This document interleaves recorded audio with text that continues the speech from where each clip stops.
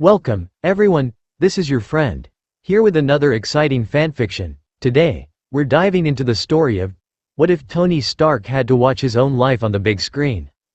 A special shout out to the original creator, Airbrushed. Please make sure to show your support by checking out their work from the description. If you enjoy this video, don't forget to hit that like button and subscribe for more fanfiction content just like this. Now, let's get started with the fanfic. The mission wasn't difficult. Get in, destroy the weapons, stop the operation, wrangle up the bad guys, and get out. It was easy, and it had gone smoothly. No one was hurt, barely even a scratch. They left the scene once S.H.I.E.L.D. arrived, leaving the prisoners in their mostly capable hands. They boarded the Quinjet, and this time, Tony tagged along, even though he usually flies off on his own. Clint was flying, and since no one was seriously injured, they all agreed to go back to the helicarrier and debrief with Director Fury before returning to the tower. The rest of the team took their seats, still in their uniforms, or in Tony's case, his armor. When he sat down and removed his helmet, it was obvious to Steve that he hadn't slept or eaten much. Everyone knew it. He was always in his lab, working on improving his suits or upgrading their weapons. As much as Steve was grateful for all Stark did for them, he wished the man took better care of himself. He never nagged him about it too much, though. Although they were much better friends than before the Battle of New York, they still argued every now and then. Tony Stark is a very difficult person to get along with, and he can be quite rude without even realizing it. So Steve avoids quarrels with him as much as possible, and if that means giving him space and letting him lock himself in his lab, then so be it. He still hates it though. He hates that he doesn't know anything about Howard Stark's son, and he also hates how different Tony is than his father. Howard was a good man, not that Tony isn't. I mean, he flew a nuke into a wormhole and saved all of New York, but he was just irritating. He always has to be right, and even though he is most of the time, it still gets on Steve's nerves. He's unbelievably stubborn and has zero self-preservation skills. He seems to know everything about everyone, yet no one knows a damn thing about him. Steve knows Stark doesn't read the more personal parts of the team's files, just the basic knowledge. In fact, everyone on the team has read each other's S.H.I.E.L.D. file, but there is absolutely nothing revealing how Tony became Iron Man, or how he got the arc reactor. He knows better than to ask. After seeing the man's reaction when he asked him about Howard, he wouldn't even dream of it. Jarvis, baby, tell the Cyclops we'll be in the conference room in about 10 minutes. Steve is shaken from his thoughts when he hears Tony's voice in the Quinjet. He's surprised to see that they've already arrived on the helicarrier, and stands with the rest of his team as they exit the jet. 10 minutes later, the weapons not brought in for examination were destroyed, Director. There were no casualties, either. S.H.I.E.L.D. agents came and cleaned up once the objective was completed. I'd say it went very smooth. Are we boring you, Mr. Stark? Fury cut off Steve just before he finished giving his verbal report, eyeing the billionaire who was seated at the end of the conference table, tapping away at his phone. Nope. Weapons destroyed, no casualties. I was there, you know, he says without even looking up from his phone, completely ignoring the gazes of his teammates. Steve's had enough. He does this after every mission. It wouldn't kill him to be responsible for one goddamn hour. We know you were there. Which is why you need to be paying attention, Stark. Just because you think you can do whatever you want, doesn't mean you have the right to be downright rude and say. Steve is cut off yet again when the lights flicker once, then completely fade out, leaving the group in darkness. Steve can hear Natasha, Clint, and Fury drawing their weapons. Banner is most likely still sitting quietly, but he can't tell in the dark. The only light in the room is the glow of Tony's arc reactor through his t-shirt, having removed the armor a few minutes ago. Really, Stark? What the hell did you do? What? The billionaire's voice sprang through the darkness. Obviously on the defensive, this wasn't me. This time, it's Director Fury who speaks, but he's speaking into his comm, not to the Avengers. Hill? Do you copy? No answer. He's about to try again when the lights flicker back on, revealing the group of heroes, tense and ready for an attack at any second. They're almost surprised when there is none. Hill? When there is still no response, Nick grunts and turns to face the rest of the group. Power's back, but the comms aren't working. Something is going on, so if this was you, Stark, you better speak up now. It wasn't me, I already told you. Don't get your panties in a twee. Hey, when did that get there? All eyes turned to Clint, following his gaze to a brown cardboard box sitting in the middle of the table. That wasn't there before, right? No, it wasn't. Natasha responds and raises her gun again, aiming it at the box in question. The group exchanges a few glances, silently debating who's going to open it. When everyone turns to look at Clint, he sighs and throws his hands up. Fine, I'll open it. He turns to Natasha as he steps closer to the box. If something jumps out at me, please shoot it, and if you can, try to avoid shooting me. She smirks and raises an eyebrow, but gives an assuring nod as the archer reaches towards the flaps, slowly and cautiously opening them up. The fuck? Everyone in the room tenses as Clint reaches into the box. What is it? Steve sounds a little weary, but quickly hides it with his Captain America tone. Clint raises the object out of the box, revealing what appeared to be a DVD case. Apparently, Iron Man. This raises a few eyebrows as everyone leans in to inspect the case. There are 4 recognizable faces on the cover. Tony, the Iron Man armor, Pepper, and Rhodey. There's another man in the center, but no one seems to recognize him except Tony, Natasha, and Fury. All eyes fall off the case and to Tony, who has just become the purple elephant in the room. He's slightly paler, but he still has that snarky look on his face, even if it is sprinkled with layers on confusion. Why do you all keep looking at me? There's more. They look back at Barton, who has pulled a note out of the bottom of the box. Oh no, read it, Steve orders, and Barton hesitantly complies. Dear Avengers, I do hope you'll enjoy your gift. I made it special for you, so you can all see the man you think you know, for who he truly is. You might be asking why? It's a very good question, and the answer is simple. It will break him. This is not a trick, I guarantee you that, but you will not be allowed to leave this room until the movie has been completed. Should you feel the need to talk and converse amongst yourselves about the events in said film, the disc will automatically pause. This is to ensure no one misses a single detail. Pay good attention, Avengers. Watch him break. Loki. When Clint finishes reading, no one says anything for at least a full minute. How is that possible? Natasha looks to Thor, who is now standing and clutching Mjolnir with white knuckles. I thought you said Loki was in Asgardian prison? He is. Or he was, perhaps. I do not know, I have not been home in a long while. It is possible my brother has managed to escape. I apologize. Rogers, try the door. Fury barks, obviously fed up with Loki and his games. No, do not touch. Thor is cut off as Steve is thrown back by a blast of green magic. He lands with an OOMF on the floor, but is completely unharmed. What the hell was that? Clint turned to Thor this time, while Natasha helped the super soldier stand.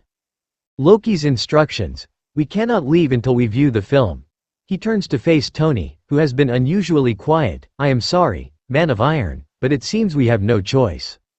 I hate magic, he grumbles, rolling his eyes and sinking back into his chair.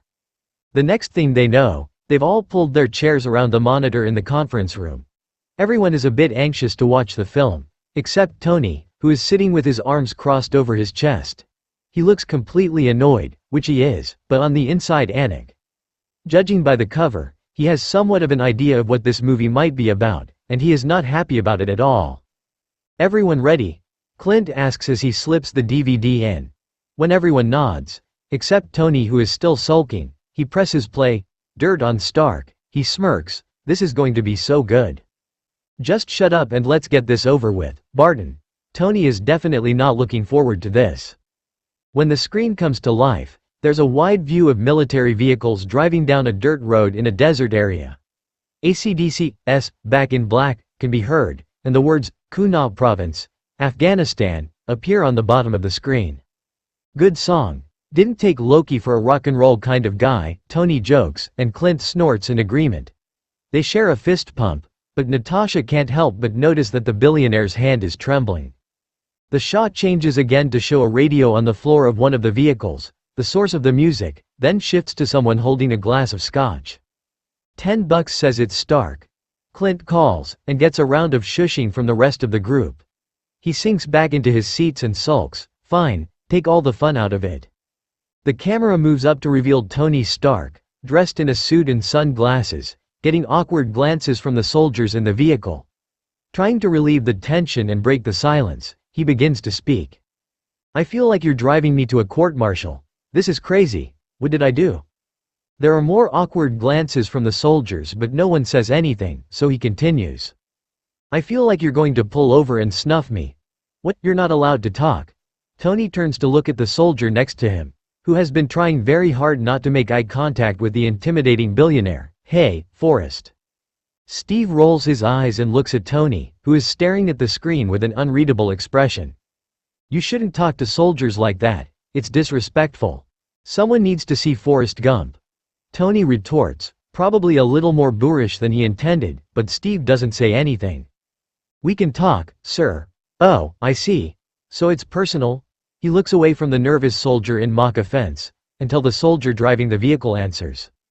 No, you intimidate them. Yet another female warrior. Thor's voice is quieter than usual, as if talking to himself, but it's still too loud to be an indoor voice. The second part of his remark is spoken in his usual boisterous tone. I would love to meet her one day. Tony looks away, rubbing his hand down his face before turning back to the screen, his stomach churning uncomfortably knowing why that will never happen. If guilt were a truck, it would have run him over 10 times over, before finally settling on just parking on top of him. Good God, you're a woman. I couldn't have called that. I mean, I'd apologize, but isn't that what we're going for here? This earns him a smile from the soldier next to him and he continues, I thought of you as a soldier first. I'm an airman. She corrects him. You have, actually, excellent bone structure there. I'm kind of having a hard time not looking at you now. Is that weird? This earns him an honest laugh from all the passengers. All the Avengers share a little snicker, too, even Fury. Except for Steve. Would it kill you to show some respect? If you had talked to Peggy like that, even in my day, she'd have kicked your ass into next week, Steve snaps, glaring at his teammate, who just shrugs away from him a bit, shifting uncomfortably before pulling on his snarky mask. No, she wouldn't have. What do you mean she wouldn't have? How the hell would you know? Aunt Peggy wouldn't have done that to me. That's all. No need to get your Captain America spandex in a twist. Aunt Peggy. Steve stares at the brunette, not even caring how ridiculous he must look with his jaw dropped open. Yes? Now can we just get this over with? We can have your dumb chick flick moment later. Tony grumbles, waving a dismissive hand to signal he's done talking about it. Steve's jaw is set and his shoulders squared, but eventually he gives a reluctant nod, sinking back into his chair with a sigh. Come on, it's okay. Laugh. The soldier in the passenger seat turns around. Sir, I have a question to ask. Yes, please. Is it true you went 12 for 12 with last year's maximum cover models? That is an excellent question. Yes and no. March and I had a scheduling conflict, but fortunately, the Christmas cover was twins. Anything else? The soldier next to him raises his hand a bit hesitantly, earning him a look from the billionaire. You're kidding me with the hand up, right? He's just nervous, Tony. Give him a damn break, Steve comments again. Relax, Steve, he was just trying to lighten the mood. Bruce holds up his hands in a placating gesture that leaves the super soldier slumped back into his seat. Tony gives him a thankful smile, but it doesn't reach his eyes. Is it cool if I take a picture with you? He asks, hand still slightly risen. Yes. It's very cool. Tony responds and the young soldier smiles, pulling out a camera and handing it to the one in the passenger seat. That was nice of you. Bruce gives a genuine but small smile at the genius. What? I can be nice, on occasion. He grins back, accompanied by a shrug of his shoulders. They scoot closer together and Tony adds, I don't want to see this on your MySpace page. MySpace. Clint snickers, earning him a confused gaze from Rogers. Oh, it's just this thing. Never mind. The soldier smiles and holds his hand up in a peace sign. Please, no gang signs. He brings his hand down and the billionaire looks over at him. No, throw it up, I'm kidding. Yeah, peace. I love peace. I'd be out of a job with peace.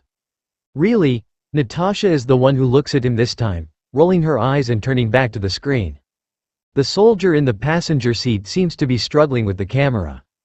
Come on, hurry up, the one posing with Tony says, just click it. Don't change any settings. Suddenly the vehicle in front explodes, causing everyone to jump.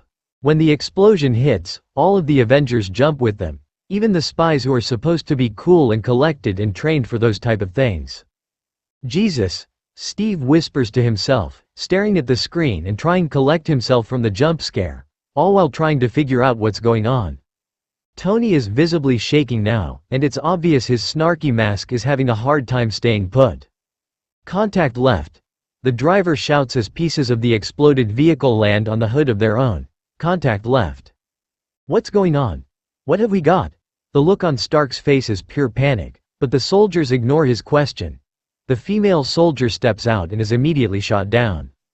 Thor flinches and Tony is holding his face in his hands, staring up at the screen between his fingers.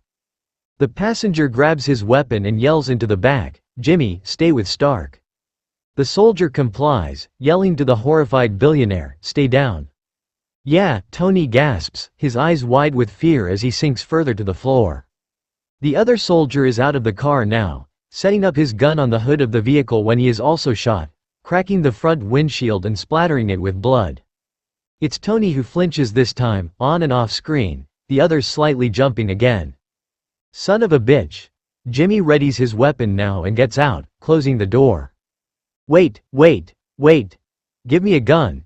Stay here, Jimmy shouts back through the glass window. When he turns around, there's an explosion, killing the soldier instantly and piercing holes into the side of the vehicle, allowing rays of light to stream in. There's a ringing sound as Tony looks around contemplating his options. Finally, he opens the door and stumbles out of the vehicle. "No, what are you doing? They told you to stay, you fucking idiot," Clint half shouts at the screen and half shouts at the Tony sitting next to him, and the movie pauses on its own. "What was I supposed to do? In case you haven't noticed, I was freaking out," Tony snaps back, and Clint shuts up when he sees the genius trembling, turning his attention back to the screen. It continues playing when they stop talking, just like Loki said it would. Tony's running away, explosions happening all around him. He dives behind a rock for cover and pulls out his phone to send Alan's next to him. He looks over, only to see the words, "Stark Industries," written on the side. "Get out of there," Steve screams at the screen, slightly surprised at himself for the outburst. Tony's eyes go wide as he struggles to stand up and back away, but the rock he took cover behind is in his way and it's too late. The bomb goes off and he's sent flying backwards into the sand. He's sprawled on his back, the ringing having returned. His eyes are scanning the area around him all while trying desperately to stay open. He grunts in pain and tilts his head up to look at his chest. Crimson red is bleeding through his dress shirt. He rips it open to reveal a bulletproof vest, the blood seeping through. There's a pained gasp and the screen fades to white. Tony is pale and his body is shaking. He has one hand brought up to the reactor, fingers drumming nervously against the soft glow. All eyes are on him now, wide and horrified. "If you weren't sitting right here, I think we just watched you die," Bruce says, and the movie pauses itself. "Is that why you have the—" Steve speaks up, swallowing hard instead of finishing his sentence, making a gesture towards the billionaire's chest instead, but upon seeing his face, he stops. Tony doesn't even look at him, just keeps drumming his fingers over his chest. "Are you okay?" Banner scoots a little closer to his friend, resting a gentle hand on his shoulder for any comfort he can provide. Tony gives a nod and clears his throat. "I'm fine. Can we please just get this over with?" He forces himself to stop the nervous tapping for the time being, pulling on the best mask he can manage at the moment. This is fucking bullshit. They all turn their attention back to the screen. There are voices in the background speaking in different languages, the white screen slowly fading to some kind of cloth. The view changes and a bag is ripped off of Tony's head. There are cuts on his face, dry blood smeared around them. A group of men are standing behind him with weapons, and he has to blink a few times as his eyes adjust to the light and his ears register the voices around him. He turns his head to get a better view, and his face is one of complete panic once again. There is a brief shot of someone holding a camera and filming him, before the focus returns to Tony and pans out.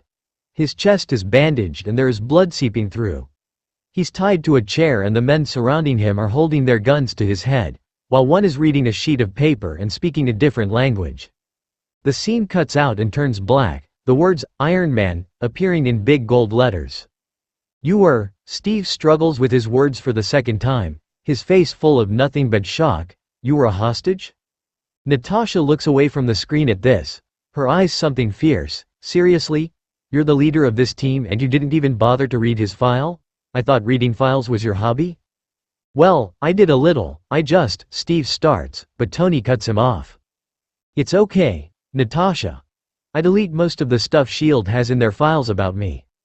Fury shoots him a disapproving glare, which he pointedly chooses to ignore. "We were thrown into this team thing kind of fast. He probably just never got around to it. It's fine. S.H.I.E.L.D. probably just gave him an edited version before the Chitauri invasion. I doubt there were any juicy, sappy backstory details. No harm. Honestly would have preferred he never found out. Actually, I'm really hating Loki right now. How did he even get this? It wasn't filmed. I'm pretty sure I would have noticed a bunch of cameras, so what the fuck?" "Tony, you're rambling." Bruce stops him before he can say anything else. "I know this is probably hard for you to watch, and believe me when I say it's not exactly easy for us either, but I don't think Loki was kidding when he said we couldn't leave until we finish it." Tony just looks at him for a minute, before giving a reluctant nod and turning back to the monitor. Tony Stark. The screen cuts from black to the view of a stage, a picture of Tony on both sides and banners hanging from the ceiling that say, "Apogee Award." Words appear on the bottom of the screen now in white font, reading, "Las Vegas, 36 hours earlier." "Apogee Award, huh?" Bruce raises an eyebrow and gives a faint smile to the billionaire, who just shrugs in response, though he looks a little more relaxed than before. "Visionary, genius." The pictures of Stark change into one of him on a magazine cover, arms folded across his chest. The camera focuses on one of them and the voice from the video continues talking, "American Patriot." "PSH, yeah right." Steve snorts, earning a glare from Banner. The picture is now black and white, and shows Tony as a child, even from an early age, son of the legendary weapons developer Howard Stark quickly stole the spotlight with his brilliant and unique mind. The picture switches to one of Howard. Steve leans a bit closer, shoulders tensing. He made more than just weapons, right? His questions goes unanswered, the others feeling it's not their place to respond, and Tony not wanting to discuss his father at the moment. Or ever, for that matter. At age 4, he built his first circuit board. 4. What did they do? Get you hooked on genius juice? Clint does nothing to try and hide the amazement on his face, even through his shitty attempt at a joke. Possibly. Or maybe I'm just, I don't know, a genius. At age 6, his first engine. And at 17, he graduated summa cum laude from MIT. 17? Steve and Clint question in unison. Yes, I get it. Okay. You're all amazed at my brilliance. While that earns him a few eye rolls, no one comments. Then, the passing of a titan. The picture changes to one of Howard in a newspaper article titled, "Howard and Maria Stark Die in Car Accident on Long Island." Below it, the subtitle reads, "Thousands to attend funeral in Manhattan for founder and president of Stark Industries," accompanied by a picture a casket draped in an American flag, being carried by a group of soldiers. Steve bites his lip, his shoulders tensing again. Howard Stark's lifelong friend and ally, Obadiah Stane, steps in to fill the gap left in by the legendary founder, until at age 21, the prodigal son returns, and is anointed the CEO of Stark Industries.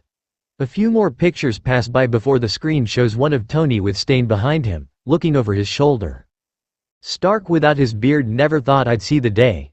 Clint snickers, but quickly shuts up when Natasha whacks him on the head, ow. Watch. The crowd applauds and the voice continues speaking, with the keys to the kingdom. Tony ushers in a new era for his father's legacy, creating smarter weapons, advanced robotics, satellite targeting. Today, Tony Stark has changed the face of the weapons industry, by ensuring freedom and protecting America and her interests around the globe. The video ends and the podium on stage now has a spotlight shining on it, revealing a man in uniform. As liaison to Stark Industries, he begins, "I've had the unique privilege of serving with a real patriot. He is my friend, and he is my great mentor." Tony chuckles as he watches his friend on screen, realizing he never got to hear the speech in person. Ah, good old Rhodey. Ladies and gentlemen, it is my honor to present this year's Apogee Award to Mr. Tony Stark. There's another round of applause, and award music begins playing. When no one walks up, Rhodey speaks into the mic, "Tony, Let me guess. You didn't show up. Steve looks at the billionaire who is wearing his usual smirk. Nope. The colonel looks into the audience for his friend when he spots the man identified as Obadiah Stane, who shakes his, very bald, head. He stands from his seat and makes his way up to podium, accepting the award on the billionaire's behalf. Thank you, Colonel. Thanks for the save. He replies, and steps aside as the older, white-bearded man begins to speak into the microphone. This is beautiful. Thank you. Thank you all very much. This is wonderful. He holds it up and stares at it for a moment before continuing. Well, I'm not Tony Stark. The crowd laughs a bit before he keeps talking, but if I were Tony, I would tell you how honored I feel and what a joy it is to receive this very prestigious award. Tony, you know, the best thing about Tony is also the worst thing. He's always working. Bruce smirks. Well, he's not wrong. The scene changes to Tony in the casino, surrounded by women. He rolls his dice and everyone cheers as he turns around giving a bow to Happy and chanting, "Work it, come on." Or maybe he is. Fury, who has been oddly silent for quite a while, speaks up. Tony gives an annoyed grunt at the view of himself on screen and face palms. A woman has her hands all over him as Rhodey approaches from behind, just as Tony is saying something to her, his voice low and barely audible. We should just stay till the morning. You are unbelievable, he cuts in, obviously annoyed. Tony turns to his friend and the woman backs off. Oh, no? Did they rope you into this? Nobody roped me into anything, Rhodey replies, shaking his head. I'm so sorry. Rhodey just ignores him and continues, but they told me that if I presented you with an award, you'd be deeply honored. Of course I'd be deeply honored, and it's you, that's great. So when do we do it? Tony interjects. It's right here. Here you go. He holds up the award and Tony takes it, obviously disinterested. There it is. That was easy. At the irritated look from Rhodey he adds, I'm so sorry. Yeah, it's okay. No it's not, Natasha sneers, amusement in her tone. Wow, would you look at that? The genius turns away from his friend and hands the award off to woman from before. That's something else. I don't have any of those floating around. He bends over and gathers the dice in his hand. We're gonna let it ride. He holds the dice up to the woman. Give me a hand will you? Give me a little something something. She blows on the dice before Tony brings it toward Rhodey next. Okay, you too. I don't blow on a man's dice. Come on, honey bear. I don't blow on a man's dice, Rhodey repeats, shaking his head and swatting Tony's hand away, causing the dice to fly out and roll on the table.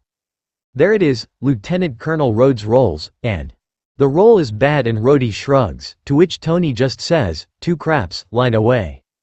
That's what happens. Worse things have happened. I think we're going to be fine. Color me up, William.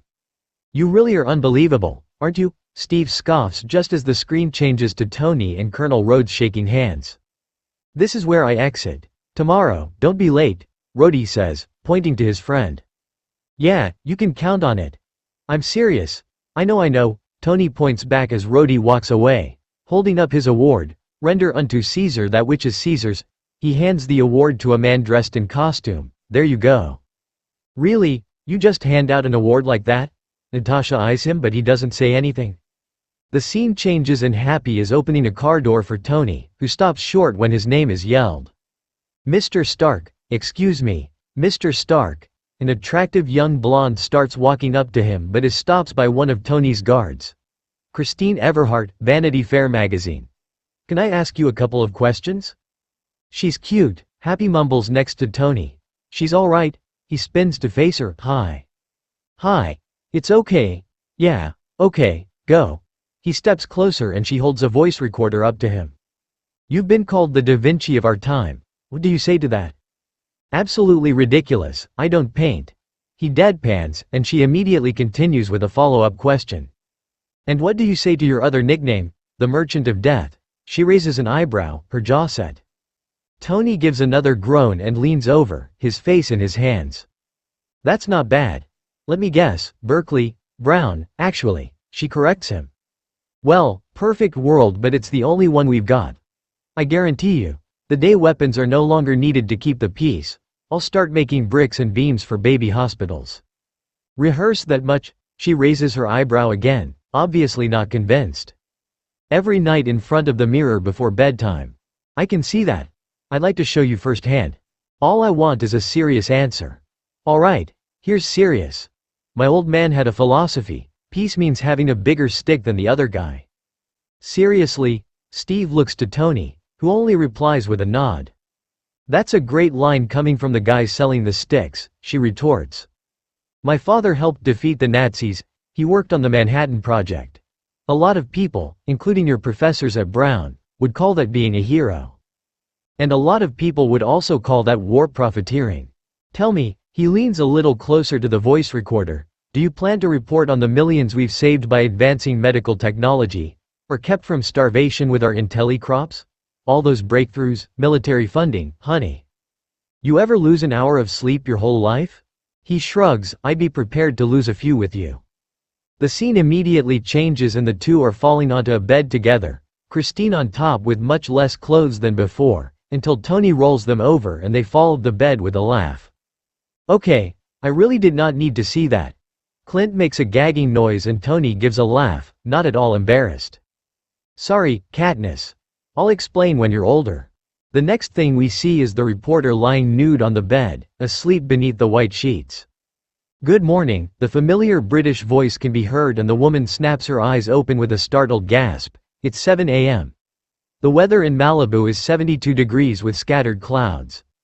The surf conditions are fair with waist to shoulder high lines. The windows light up as Christine stands from the bed, moving to look out the window. The view zooms out over the AI's voice to reveal Tony's Malibu home and the ocean around it.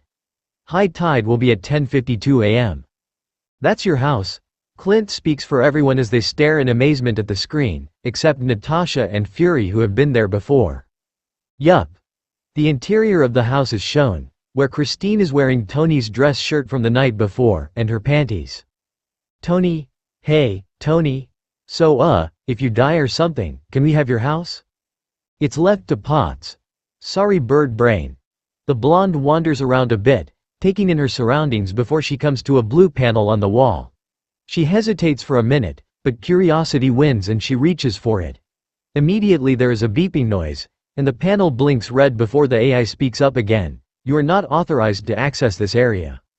Jesus, she recoils, reeling around when another voice is heard, though this one is familiar. That's Jarvis. He runs the house.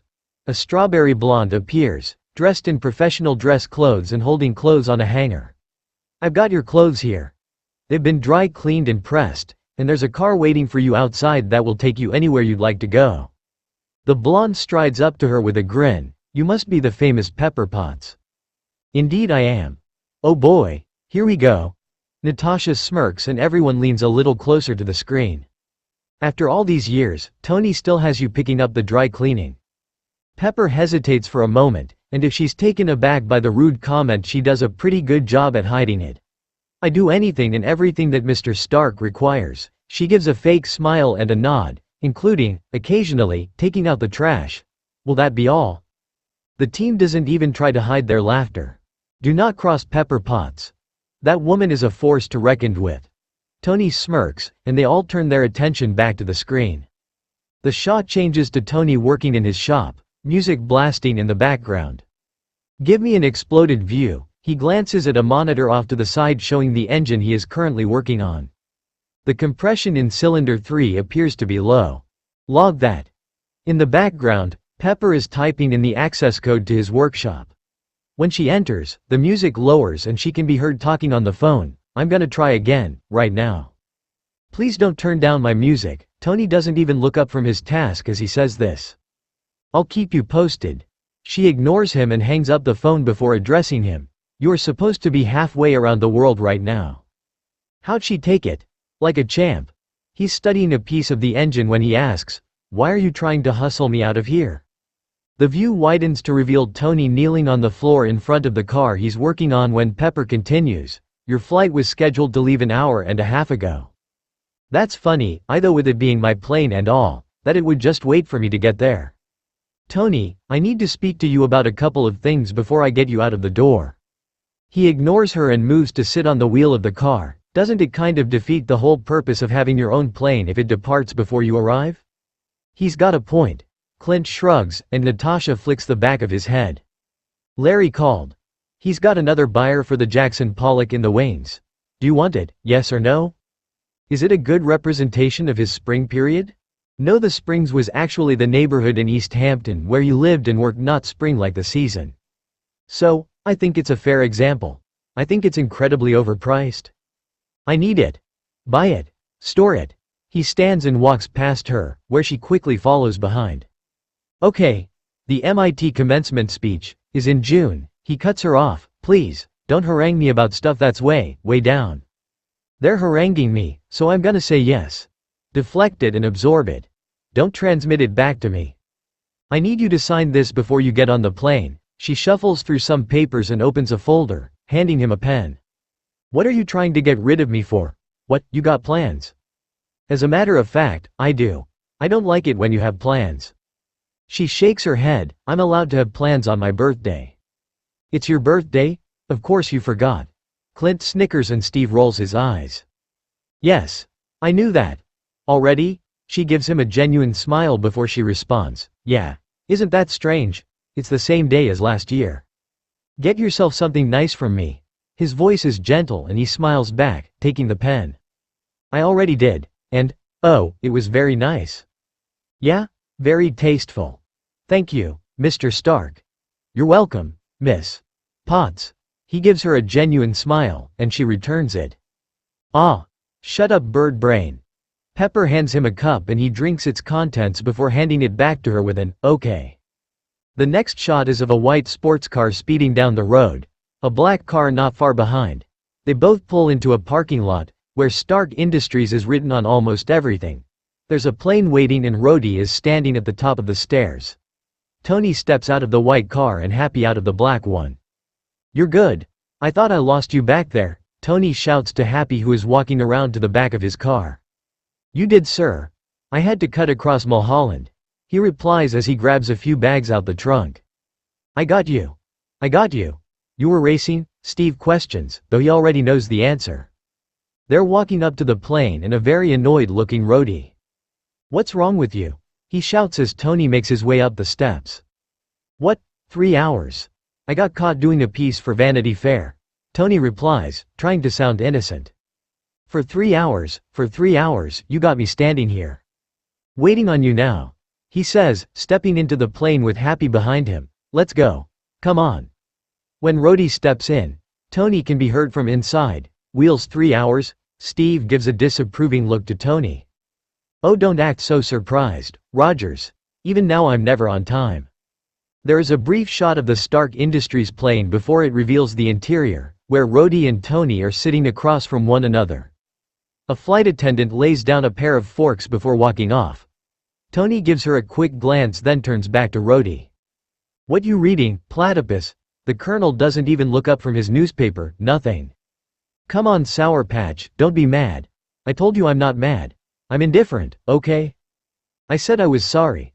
The billionaire says, just as another flight attendant approaches. Good morning, Mr. Stark. She smiles at him. You don't need to apologize to me. I'm your man, Rhodey continues. Hi, I told him I was sorry, but he looks up at the woman now, who seems to be ignoring the men's bickering. Hot towel. I'm just indifferent right now. You don't respect yourself, so I know you don't respect me. The colonel continues talking despite the woman's presence. I respect you, I'm just your babysitter, so when you need your diaper changed, thank you. He glances at the flight attendant who handed him a towel. Let me know, and I'll get you a bottle, okay? Tony doesn't even seem to acknowledge the statement. Hey, heat up a sake, will you? Thanks for reminding me. Sake? I do not understand. Thor gives Natasha a puzzled look. A Japanese rice wine. No, I'm not talking, we're not drinking, we're working right now. Rhodey protests, but Tony isn't having it. You can't have sashimi without sake. You're constitutionally incapable of being responsible. It would be irresponsible not to drink. I'm just talking about a nightcap. The genius explains as the woman reappears. Hot sake? Yes, two, please. Tony answers before his friend can refuse. No, I'm not drinking. I don't want any. The next second there's music playing and Tony and Rhodes can be seen sitting on the couch with their drinks. Rhodey has his arm on Tony's shoulder and starts rambling on about something the billionaire is showing no interest in. That's what I'm talking about. When I get up in the morning and I put on my uniform, you know what I recognize? I see in that mirror that every person that's got this uniform on got my back. I have yet to meet another mortal who can hold his alcoholic beverages as well as you, friend Anthony. The Asgardian gives him a beams at him voice bouncing off the walls of the conference room. What can I say? Runs in the family, big guy. At that, Steve is clearly taken aback a bit, but decides against adding his 2 cents. Tony sits up a bit before replying to his intoxicated friend, "Hey, you know what? I'm not like you, I'm not cut out." No, you don't have to be like me, but you're more than what you are," Rhodey cuts him off. The genius gets comfortable and gestures to the flight attendants who are now visible and dancing, their shirts rolled up and drinks in their hands. "Can you excuse me if I'm a bit distracted here?" "No, you can't be distracted right now, listen to me." "Hey Stark, wanna take a trip to Japan, or something? You know, somewhere with a long flig ow." The archer snaps his head around to give the assassin the stink eye. "Could you stop hitting me?" "Sure. Just stop giving me reasons to hit you." She grins and flicks his forehead. The words, Bagram Air Base, Afghanistan, appear on the screen, showing a brief view of the base and the soldiers there. The Stark Industries plane has landed and Tony is coming down the steps, buttoning his suit before walking up to the line of men in uniform. "General," he holds out his hand and they shake. "Welcome, Mr. Stark. We look forward to your weapons presentation." He clasps his hands behind his back and gives the genius a nod. "Thanks." He turns to the man next to the general and shakes his hand as well, saying something in what must be his native language. Tony is standing in his suit and sunglasses, a view of mountains in the background. Is it better to be feared or respected? I say, is it too much to ask for both? Tony groans and slumps back in his seat, eyeing the man he once was on the screen with disgust. With that in mind, I humbly present the crown jewel of Stark Industries, Freedom Line. He puts his hands in his pockets and continues, "It's the first missile system to incorporate our proprietary repulsor technology. They say the best weapon is one you never have to fire. I respectfully disagree. I prefer the weapon you only have to fire once. That's how Dad did it. That's how America does it. And it's worked out pretty well so far." The view is further out now, revealing a wider shot of the mountains, the soldiers present, and the missile in question. The billionaire gestures to the weapon. "Find an excuse to let one of these off the chain, and I personally guarantee you the bad guys won't even want to come out of their caves." He makes a motion with his hand and there's a close-up on the weapon. The soldiers turn their attention towards it once it angles upwards, one of the missiles firing up and shooting into the air. The camera follows it and it breaks off into a number of smaller missiles, which begin flying towards the mountain in the background. Suddenly the shot is back on Tony. Just as the missiles make contact with the landscape, for your consideration, he raises his arms as a huge explosion sends clouds of dust into the air, the Jericho. The blast pushes forward, almost causing the billionaire to lose his balance, and blows the hats off of the soldiers. There's a low whistle and everyone turns to look at Fury. "I guess we should be glad you're on our side, Stark." The director glares at the billionaire with uneasy eyes. "I'm done making weapons, Nick. You know that." He snaps back, causing the other man to loosen his glare and turn his attention back to the screen. "So, you made that missile? That's horrible." Steve's voice is hesitant, knowing that's the exact reason the billionaire no longer makes the weapons. "Yeah." The reply is quiet, barely audible, unless you're a super soldier with enhanced hearing. Steve risks a glance at Tony's face, heavy-hearted and full of grief. A crate is opening now, cool air escaping as a shelf of alcoholic beverages rises up. Tony takes what appears to be scotch. "I'll be throwing one of these in with every purchase of 500 million or more. To peace." He raises his glass and takes a sip just as his phone begins to buzz. He takes it out of his pocket and flips it open, revealing the bald man from the award ceremony. "Tony, Obi, what are you doing up? I couldn't sleep until I found out how it went." "How'd it go?" the man on the screen replies. "It went great. Looks like it's going to be an early Christmas." "Hey, way to go, my boy, I'll see you tomorrow, yeah? Why aren't you wearing those pajamas I got you?" "Good night, Tony." "That son of a bitch." Tony looks shocked if not slightly pissed off, obviously having realized something no one else did. "What?" Bruce raises an eyebrow, but the genius just shakes his head. Nothing. I think you'll find out. The billionaire climbs into the vehicle from before, a soldier shutting the door for him just as Colonel Rhodes walks up. Hey, Tony. I'm sorry. This is the fun V. He leans his head out the window and looks behind him. The humdrum V is back there. Nice job. He ignores the comment and taps the door of the vehicle. See you back at base. Back in Black can be heard again, and the view of the cars driving down the road is back on the screen before the lead vehicle blows up. A very pained-looking Tony Stark flashes on the screen, being held down. There's a brief view of cheap medical supplies, if they could even be called that, before it changes to one of the genius again. A hole carved in his chest and blood littering his torso. He's being held down as he lets out a chilling, anguished scream, the operation continuing despite his obvious pain. What's going on? Steve all but yells, his face horrified, but he never takes his eyes off the monitor. Something is being lowered into the void of Tony's chest by a pair of gloved hands, before a cloth is held over the genius's face and he falls unconscious. The movie pauses when Bruce starts to talk, though no one is looking at him. Every eye is on Tony, their faces revealing nothing but shock. You got the arc reactor in a cave? Those weren't. They didn't even have the proper medical supplies. You were awake? The doctor's eyes are flashing green, and he takes a deep breath when he gets weary looks from everyone in the room. That wasn't the arc reactor. It was just temporary, a piece of junk, but it did the job. The genius deadpans, though his voice is shaky and hoarse. He refuses to make eye contact with any of his teammates. That must have hurt like hell, man. What the fuck? Clint actually looks angry, that being the only way to describe his tone. That was never in your report. Fury stares down the billionaire, his arms crossed over his torso and his one eye fierce.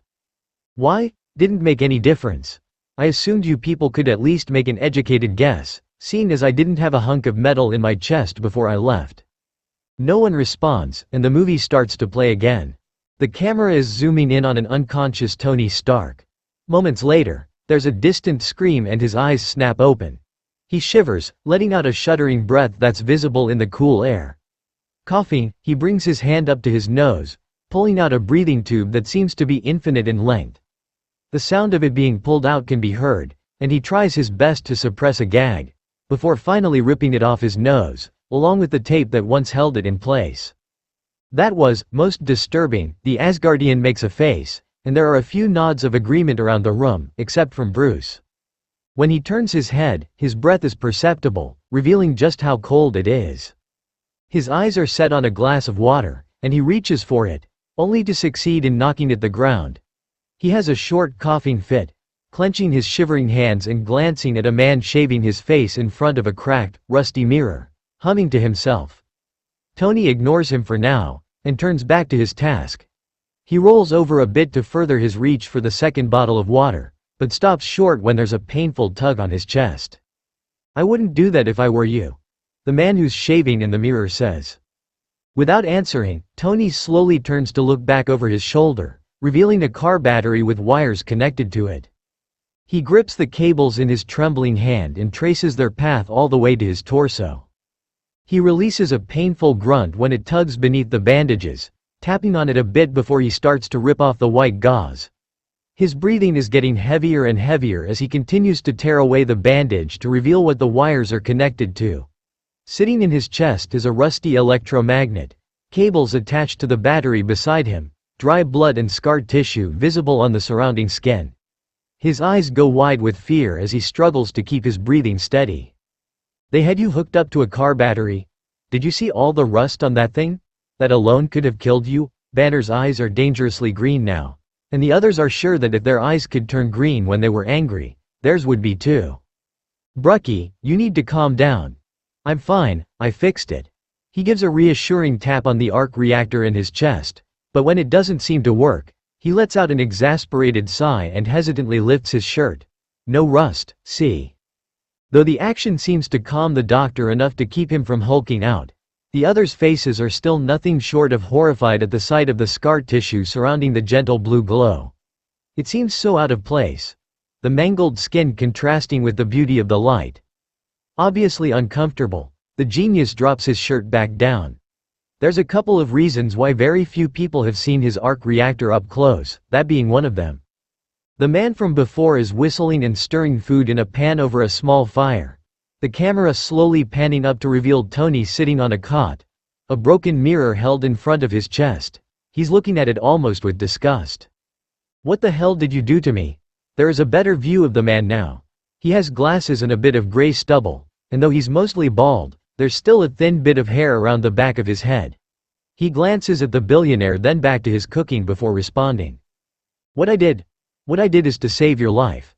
The view changes to looking into the mirror and at the device embedded in the brunette's chest as he continues talking. "I removed all the shrapnel I could, but there's a lot left, and it's headed into your atrial septum." A few of the Avengers give Bruce a questioning look, so he elaborates, in simplest terms, his heart. "So the reactor is basically just powering a magnet that keeps bits of shrapnel from tearing your heart to pieces?" Natasha raises an eyebrow, and even though Tony is like 96% sure that she already knows this, he nods anyways. "Here, want to see?" The man holds up a glass bottle, jingling its contents. "I have a souvenir. Take a look." He tosses the bottle to Tony, who catches it and raises it to his face for a better look. He holds it up to the limited bit of light, the pieces of sharp metal rolling in the glass. "I've seen many wounds like that in my village. We call them the Walking Dead, because it takes about a week for the barbs to reach the vital organs." The billionaire speaks up, obviously not in the mood for small talk. "What is this?" "That is an electromagnet, hooked up to a car battery, and it's keeping the shrapnel from entering your heart." He gives the distraught genius a weak, fake smile, before turning back to his cooking. Tony self-consciously zips up his jacket, eyeing the security camera in the far corner. Upon catching his gaze, the man tries an attempt at humor. "That's right, smile. We met once, you know, at a technical conference in Bern." "I don't remember." "No, you wouldn't. If I had been that drunk, I wouldn't have been able to stand, much less give a lecture on integrated circuits." "Where are we?" Tony says almost immediately, but before the man can answer there's a noise from the door. A hatch opens and a man yells into the room. "Ah, fuck. Here we go." Tony mumbles, running a hand through his hair. "Come on, stand up. Stand up." The man's tone is just short of a whisper as he grabs Tony's arms and helps him stand. "Just do as I do," he commands, looking Stark straight in the eye. The door begins to unlock and they stand side by side. "Come on, put your hands up." The door opens and a group of men pour into the room, all holding weapons and aiming them at their prisoners. Tony looks at them confused before mumbling to the man next to him, "Those are my guns. How did they get my guns?" "They have your weapons and you don't even know how they got them." Steve frowns at the screen and then at Tony himself. "I think you'll find out how. I don't want to spoil anything." "Do you understand me? Do as I do?" The man snaps back, and the billionaire falls silent, glaring daggers at their captors. The leader strolls in, a larger man with a dark beard, holding a rolled-up piece of paper. He begins to speak a different language, and when he finishes his sentence, he nods to the man next to Tony as an indication for him to translate. He says, "Welcome, Tony Stark, the most famous mass murderer in the history of America." He either continues talking, and the man translates again. "He wants you to build the missile. The Jericho missile that you demonstrated."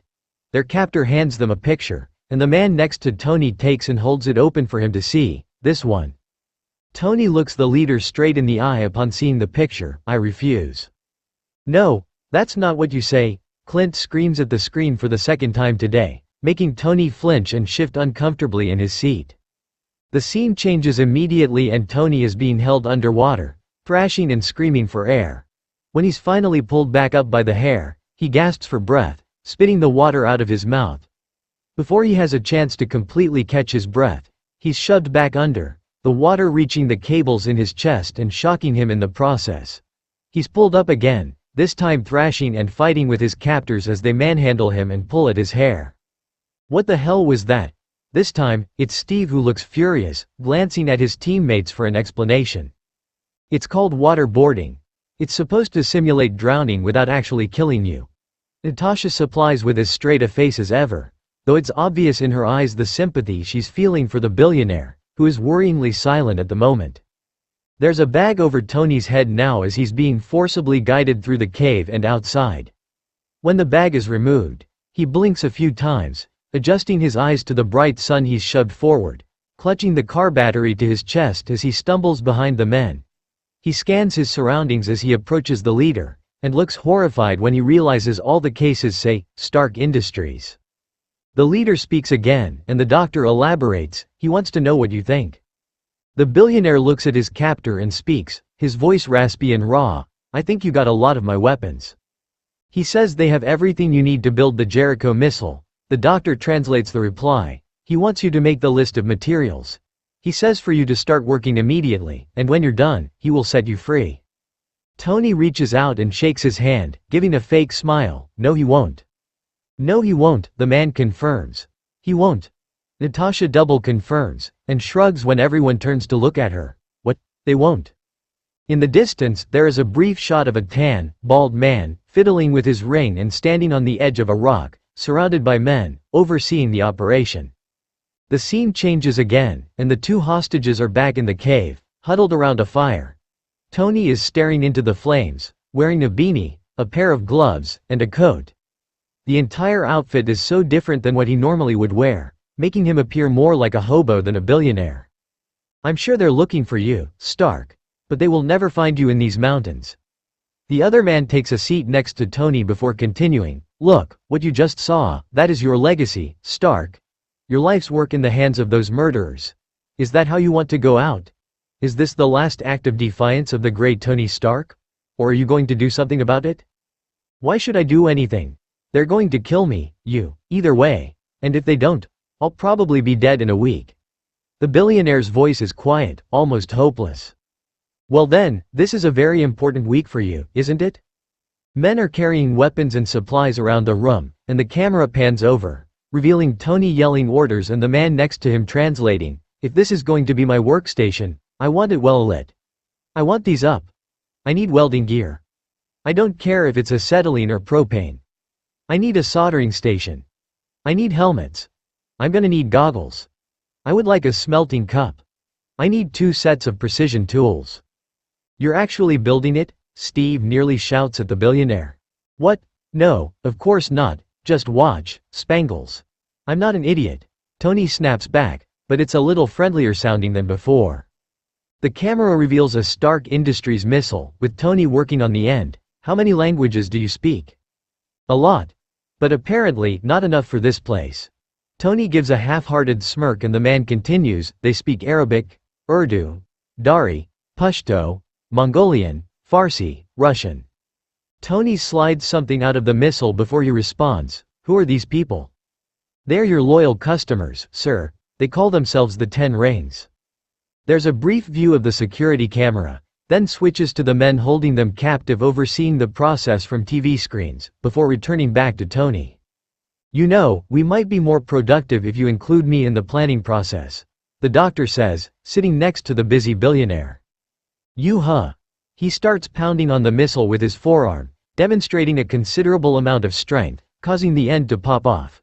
He pulls something out, setting it on the table and picking something out of it with a pair of tweezers. Okay, we don't need this. He grabs the hunk of metal and tosses it over his shoulder. What is that?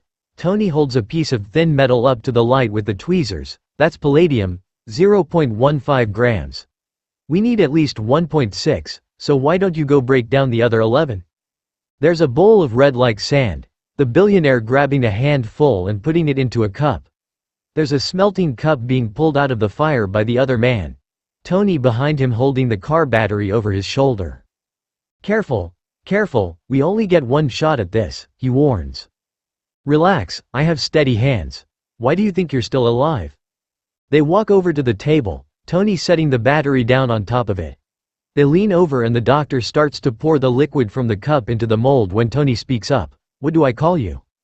My name is Yensen. Yensen. Nice to meet you. Nice to meet you too. Finally, a name. Clint grins and leans back in his chair. Tony is pulling a metal ring from the mold, holding it up and gently placing it into another metal disc, before the view changes and the billionaire is soldering pieces of metal and wire. The next thing we see is Tony twisting a dial, and the creation before him begins to glow a familiar blue. Don't tell me you, Bruce starts, but Tony cuts him off. I did. In a cave. I did. Yensen approaches and leans over the table, gazing in wonder at the contraption glowing on the table. That doesn't look like a Jericho missile. That's because it's a miniaturized arc reactor. I got a big one powering my factory at home. He explains, tapping the table next to the reactor. It should keep the shrapnel out of my heart. But what could it generate? If my math is right, and it always is, 3 gigajoules per second. That could run your heart for 50 lifetimes. Yeah, or something big for 15 minutes. If you're saying what I think you're saying, you are one crazy son of a bitch, Stark. Fury smirks at the genius, who can't help but grin and shrug his shoulders. I don't understand. The super soldier looks between the two men, but neither supply an explanation. The billionaire lays down a pile of papers, turning the light on next to them. Yensen shuffles through some of them before setting them back down. This is our ticket out of here, Stark says, pointing to the papers. What is it? Flatten them out and look. He reaches forward and smooths out the papers, revealing what could only be a suit of armor. Oh, wow. Impressive. Oh, never mind. Steve chuckles and offers a smile to the billionaire. You crazy son of a bitch. The snowy mountains are revealed, men huddled around a fire for warmth before switching to the security surveillance, where Tony is shown laying on the cot with Yensen stood over him. A moment or two pass before the genius stands, the addition in his chest glowing with a bright, gentle, blue light, appearing larger than it actually is on the cheap cameras. He takes a few steps forward and the men share a handshake that could almost pass for a high five. A pair of dice is being rolled on a wooden board game, the two men gambling with silver bolts. Good roll, good roll. Yensen praises the billionaire, reaching for the dice to shake them in his hand for his own turn. You still haven't told me where you're from, Tony mentions nonchalantly, lifting the lid off of a jar next to him. I'm from a small town called Gulmira. It's actually a nice place. Got a family? Yes, and I will see them when I leave here. Yensen says, looking up from the board to face the billionaire. And you, Stark? The two make eye contact for a brief moment before the genius looks down, taking his turn in their game before looking back up. He shrugs and replies with a quirk of his lips, nah. No, so you're a man who has everything, and nothing? No one says anything at first, each throwing the billionaire a sad look, ones which he refuses to acknowledge. What about Lady Pepper? Thor inquires, his features brightening in hopes of lightening the despondent mood. This was before Pepper and I, Point Break. Tony shrugs, twiddling his thumbs in thought. The leader from the beginning walks up to the door, opening the hatch quietly and peering inside. Satisfied to see that they are working, he nods in approval and turns away. Suddenly, music can be heard over the speakers, and the camera is panning over a table full of supplies, some makeshift pieces of armor and tools forged from pieces of scrap. Some sparks can be seen flying from where Tony is using a blowtorch. When he turns it off, he lifts the goggles off his face. Their captors are seen huddling over the TVs again, holding up the picture of the Jericho and arguing in a different language as they compare it to the process on the screen. It doesn't look anything like the picture, complained one. Maybe it's been modified, another man suggests. The tale is wrong, the first man argues, it's just backwards, one reasons. Clueless. Fury murmurs. The bald man from before is back on the screen, fiddling with his ring yet again while staring at the monitor, his face twisted in a scowl as he observes. Tony can be seen swinging his leg, now encased in metal and wires. Or not, the director corrects himself, sighing and leaning back in his chair. Didn't you know that they could see you? Steve frowns, crossing his arms over his broad chest.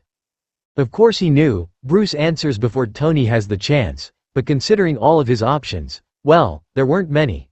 He just had to bet on them not being smart enough to figure out what he was planning. He shrugs as the soldier seems to consider this. The hatch is opened again and the men come barging in. Tony shuts off his blowtorch and straightens up, both him and Yensen instinctively raising their arms above their heads.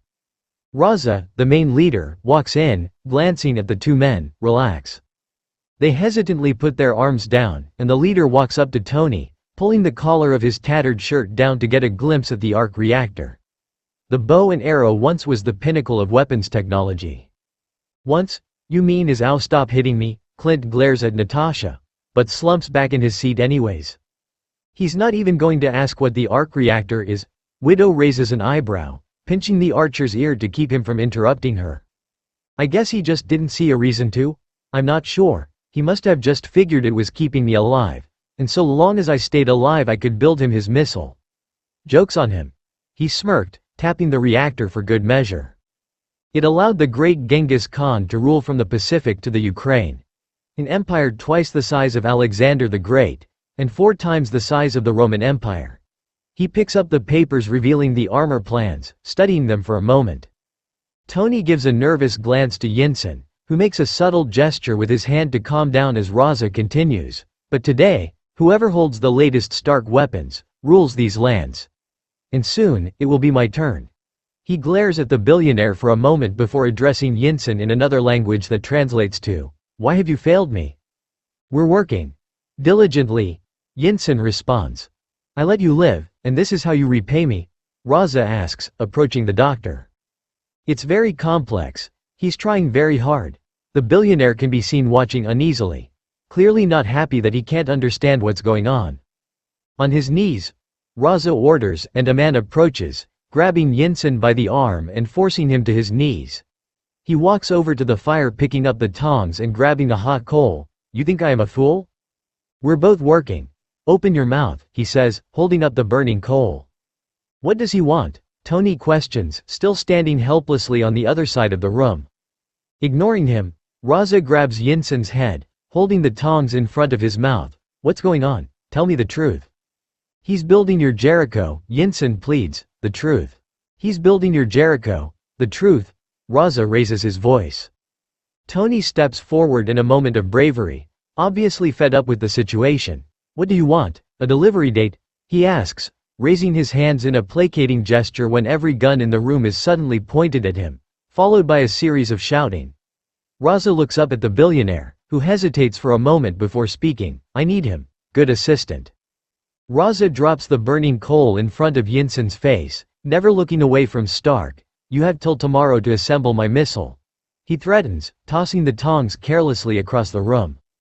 The music starts up again and Tony can be seen hammering a piece of metal, the glow of the arc reactor visible through his tank top. He continues pounding the metal into place, each hit making a loud, clanging sound. He's dirty and it's obvious he's sweating from the work and the heat of the fire nearby, but continues nonetheless. "Damn, Stark. You're buffer than I thought," Clint comments. When everyone turns to look at him, he shrinks further down his seat as if trying to disappear. "What?" he grumbles. "I agree with friend Barton. The man of iron appears to be quite the blacksmith." Thor's voice echoes through the room, his grin spread wide across the expanse of his cheeks. Ignoring their comments, Natasha speaks up. "You know, as much as I hate Loki, no offense Thor, this music really suits you, Stark." She smirks, giving the billionaire one of her rare smiles. "You know, I was thinking the same thing. I've always wanted a theme song," he preened, smiling back at the assassin. On screen, Tony grabs the metal with a pair of tongs, dunking it in a tub of water, where it starts to steam from the cooler temperature. When he pulls it out again, he sets it on the table in front of Yensen, where it's finally visible as to what it is: a mask. "That's fucking scary as hell. What, did you want me to make it smiling, Big Bird?" The scene changes and Tony is taping up his hands while Yensen is raising the chest plate in the background. He shrugs on his dirty jacket and a pair of rubber gloves. Yensen straps a brace of some sort around his neck, and the next thing you know he's pulling the chest plate of the armor over the genius, the hole in the front fitting perfectly over the arc reactor. "Okay, can you move?" Yensen asks, adjusting pieces of the armor. "Okay, say it again." 41 steps straight ahead, then 16 steps, that's from the door, fork right, 33 steps, turn right. "You remembered all of that?" Steve grins, glancing at the genius. "Had to."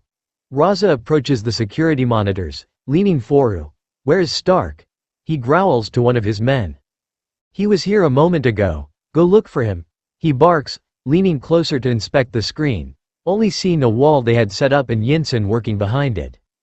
The men ordered to look for Stark opened the hatch, yelling in, "Yensen, Yensen. Say something," Tony hisses as Yensen continues preparing the suit. He's speaking Hungarian. "I don't then speak Hungarian, Tony says, knowing they're running out of time. Okay, what do you know? Yensen shouts a reply to the men outside the door. One of them shouts back, getting ready to open it. The camera pans down a bit to reveal an explosive rigged to go off if the door is opened. You son of a bitch, Clint chuckles, watching as the men open the door and the bomb goes off, sending them flying backwards and causing one of the cameras to go offline. Upon seeing the camera go to static, Raza starts to yell to his men, sending more of them running towards the prisoners. How'd that work? Tony asks Yensen, who glances over the billionaire's shoulder to view the damage. Oh, my goodness. It worked all right. That's what I do. Let me finish this. Initialize the power sequence, Tony says, and Yensen turns around, dropping his tool. Okay, now, tell me. The doctor leans over an older computer, awaiting instructions. Function 11. Tell me when you see a progress bar. It should be up right now. Yes, talk to me. Tony cuts him off. Tell me when you see it. I have it. Press Control, I, got it. I enter, and enter. Come over here and button me up. The men are running down to the room, and Yensen is frantically trying to finish preparing the suit. Okay, alright.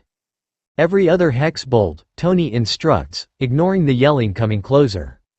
They're coming. Yensen glances behind the armor. Nothing pretty, just get it done. Just get it done. They're coming, the doctor repeats, his voice full of warning and concern. Make sure the checkpoints are clear before you follow me out, okay? Yensen is staring nervously at the laptop. The progress bar barely halfway complete.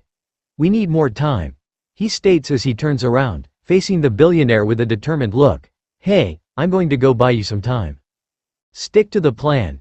Tony shouts as Yensen starts walking away from him, grabbing a gun from one of the dead men and shooting it into the air. Stick to the plan, Yensen. I don't like where this is going. Natasha shakes her head as she watches the man on screen disappear from sight. The men are getting closer and closer, and they run behind a corner. There's a yell and a gun going off, and soon they're running back the way they came, Yensen chasing after them. He follows them to a room full of men, and stops when they all aim their weapons at him. The scene changes back to the room, where the laptop is sitting on the table. The progress bar reaches 100%, and the light flicker a few times before going out. There are men running through the now dark cave, towards the prisoners' quarters. They glance at the dead bodies before hesitantly stepping into the room. A rubber glove can be seen in the dark, squeezing open and shut menacingly. One of the men turns around when a bright blue light shines in his face. He looks up, and the source of the light moves, sending him flying across the room, the other men shooting bullets around the room.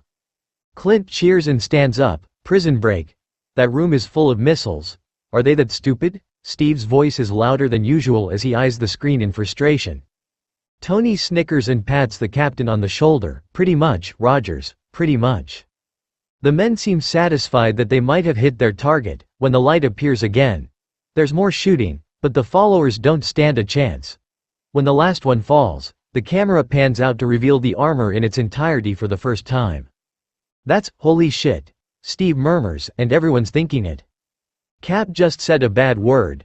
I never thought I'd see the day. Tony teases, though it's obvious to Natasha that he's making nervous quips. Tony starts to walk forward in the armor, the men down the hall firing at him, though the bullets only ricochet off the metal. One brave man charges for him, but the billionaire simply swings his arm, sending the man into the cave wall. He continues walking, Roz's followers eventually turning and running away once they realize they don't stand a chance. They close a door, locking one man out by mistake. He pounds on the metal, begging for them to open it and let him through as the armor is getting closer. The men on the other side ready their weapons, hearing their friend scream, and then fall silent. There's a loud bang on the door, denting it, and they all take a few steps back. There are 3 more bangs, and the door flies open, landing on one guy and taking him down as the others run for their lives. The genius continues through the cave, swinging at one guy who comes around a corner, but gets his arm stuck in the rock. The Avengers, and Fury, are on the edge of their seat, anxious to see what's going to happen. Tony is a bit paler again, but doesn't say anything. One braver man comes up, holding a gun to Stark's head, but the bullet bounces off the metal of the helmet and back at the shooter, killing him. Tony finally gets the arm out of the rock and continues on relentlessly. The scene changes to Raza loading a rocket into a rocket launcher and aiming it at the entranceway where he knows Tony will appear. Yensen can be seen lying on stacks of rice. He's covered in blood and bullet holes, and glances to the side when the armor finally appears at the entrance. "Oh no." Natasha's voice is soft and barely audible. She risks a sympathetic glance at Tony, who is sitting quietly, eyes fixed on the screen though his mind is anywhere but. "Yensen!" The billionaire shouts. "Watch out!" The doctor manages to choke out despite his pain, just as Raza fires the rocket. Tony just barely avoids getting blown up, and opens a latch on his arm to fire his own missile, sending crates and bits of rock down on top of Raza. Once he's down, Tony hastily makes his way to Yensen's side, tossing a sack of rice off his friend. "Stark, come on, we gotta go," the billionaire says, flipping up the faceplate of the armor. His face is gleaming with sweat, his hair sticking to his forehead, but it's clear to anyone that his eyes are sad and full of worry. "Move for me, come on. We got a plan. We're gonna stick to it." "This was always the plan, Stark," Yensen replies in a near whisper, struggling to stay awake just a little bit longer as he slowly fades away. "I do not remember that being part of the plan," Thor mumbles, his voice full of sorrow for the fallen warrior. "That's because it wasn't," Natasha answers, even though the question was rhetorical. "Come on, you're gonna go see your family. Get up." Tony's voice is almost pleading, but the dying man before him shows no intention of moving. "My family is dead. I'm going to see them now, Stark." Tony swallows hard as he listens to his friend. "It's okay. I want this. I want this."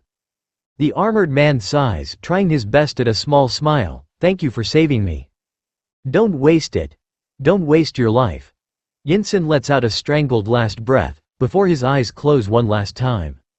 There's a thump as Tony's chair clatters to the ground upon him standing. He runs a hand through his hair and turns his back to his team. Asshole should have listened to the fucking plan. He hangs his head, looking completely and utterly defeated even from behind. His voice is quiet now, his rambling more for himself rather than the others to hear, but it's not hard to make out the words in the now quiet room. What a goddamn fucking idiot. He should have just waited, if he had just. The team shares mournful, worried glances upon seeing the usually sarcastic, witty Tony Stark in such a state. Even Fury seems a little lost for words. "Hey," Bruce's calm, gentle voice. He stands, taking a few steps towards his friend to lay a tentative but reassuring hand on his shoulder. "It's not your fault, Tony. He made his choice. There's nothing you could have done to change his mind." The billionaire stiffens at the touch, but doesn't shrug Bruce off. Instead he gives a resigned nod, allowing Bruce to guide him back to their seats. Natasha pulls the tipped-over chair upright so the genius can sit down, and when he does, she ruffles his hair in a way that's oddly comforting to him. He meets her eyes for a moment, as if to tell her he's okay. She gives a nod and returns to her own seat, subtly shifting it closer to the distraught engineer as the movie resumes. Tony's face changes from that of devastated to murderous like the flip of a switch. The suit jerks violently as his glare leaves the body of his friend, and instead focuses on the outside of the cave.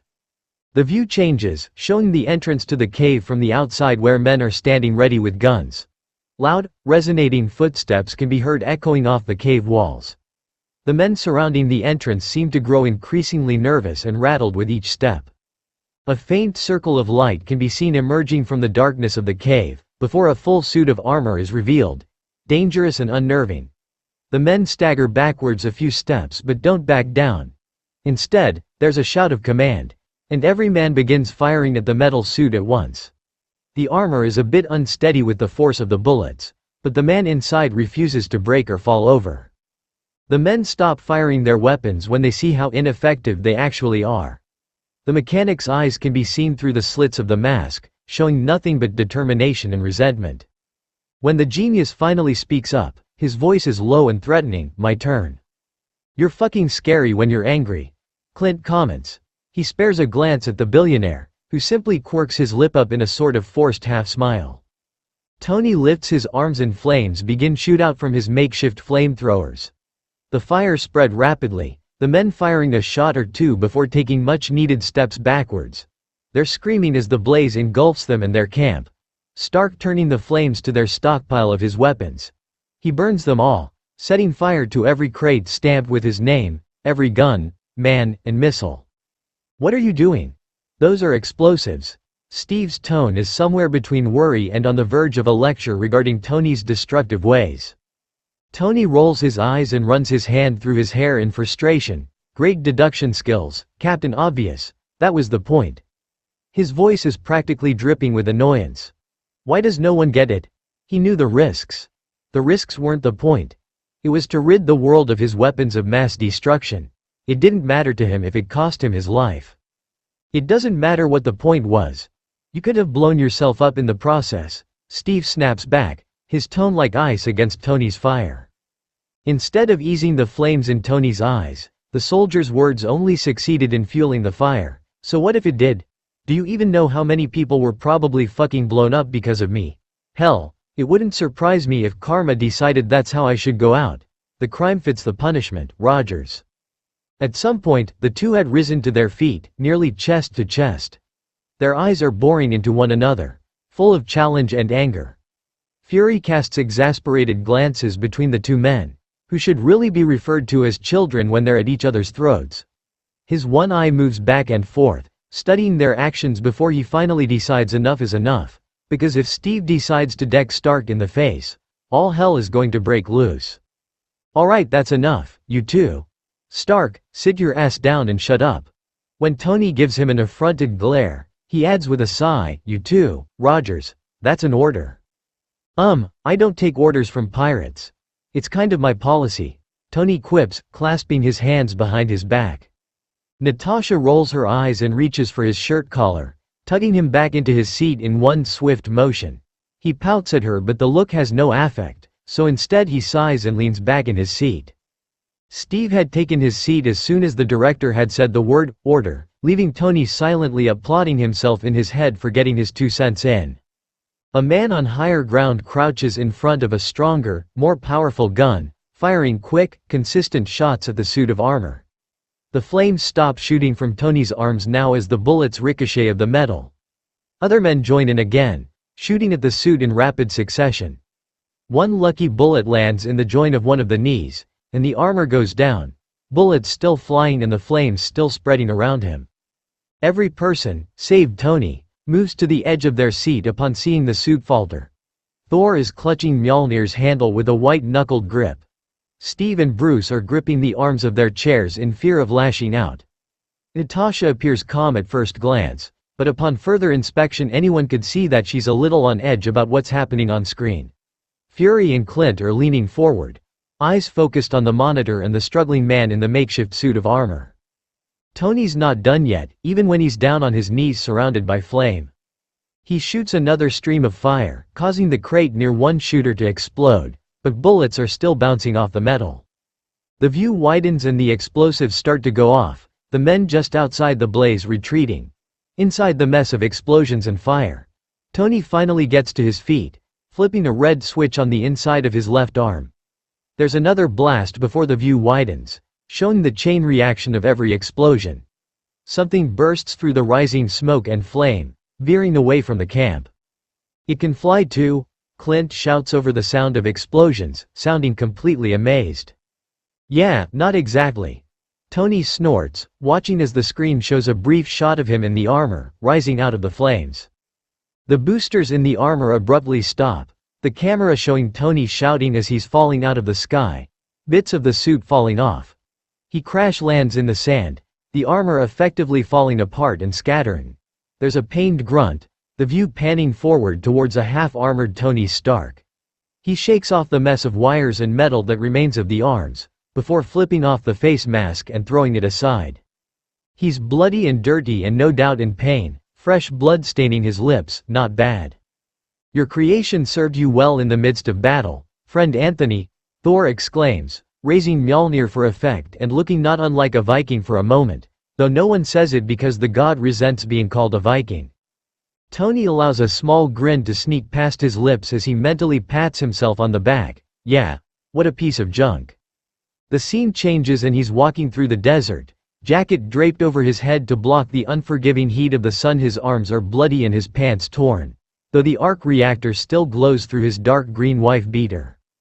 "Jesus Christ, how long were you out there?" Steve questions. His voice is hesitant, not wanting to piss off the billionaire even more, but his eyes never leave the injured, dehydrated Tony Stark stumbling through the desert sand on screen. "Too long for my liking," is Tony's simple reply, though the hint of bitterness is not hard to miss. As the billionaire is walking up a sand dune, the faint sound of an engine can be heard before a helicopter rises over the horizon, followed by a second. Tony looks up before he starts shouting and flaring his good arm, "Hey!" He keeps shouting until the helicopter lands, laughing like a maniac as he falls to his knees, the fingers of his raised arm forming a peace sign before letting it fall to his side. Men rush out of the chopper, a familiar face running in front of the group of men.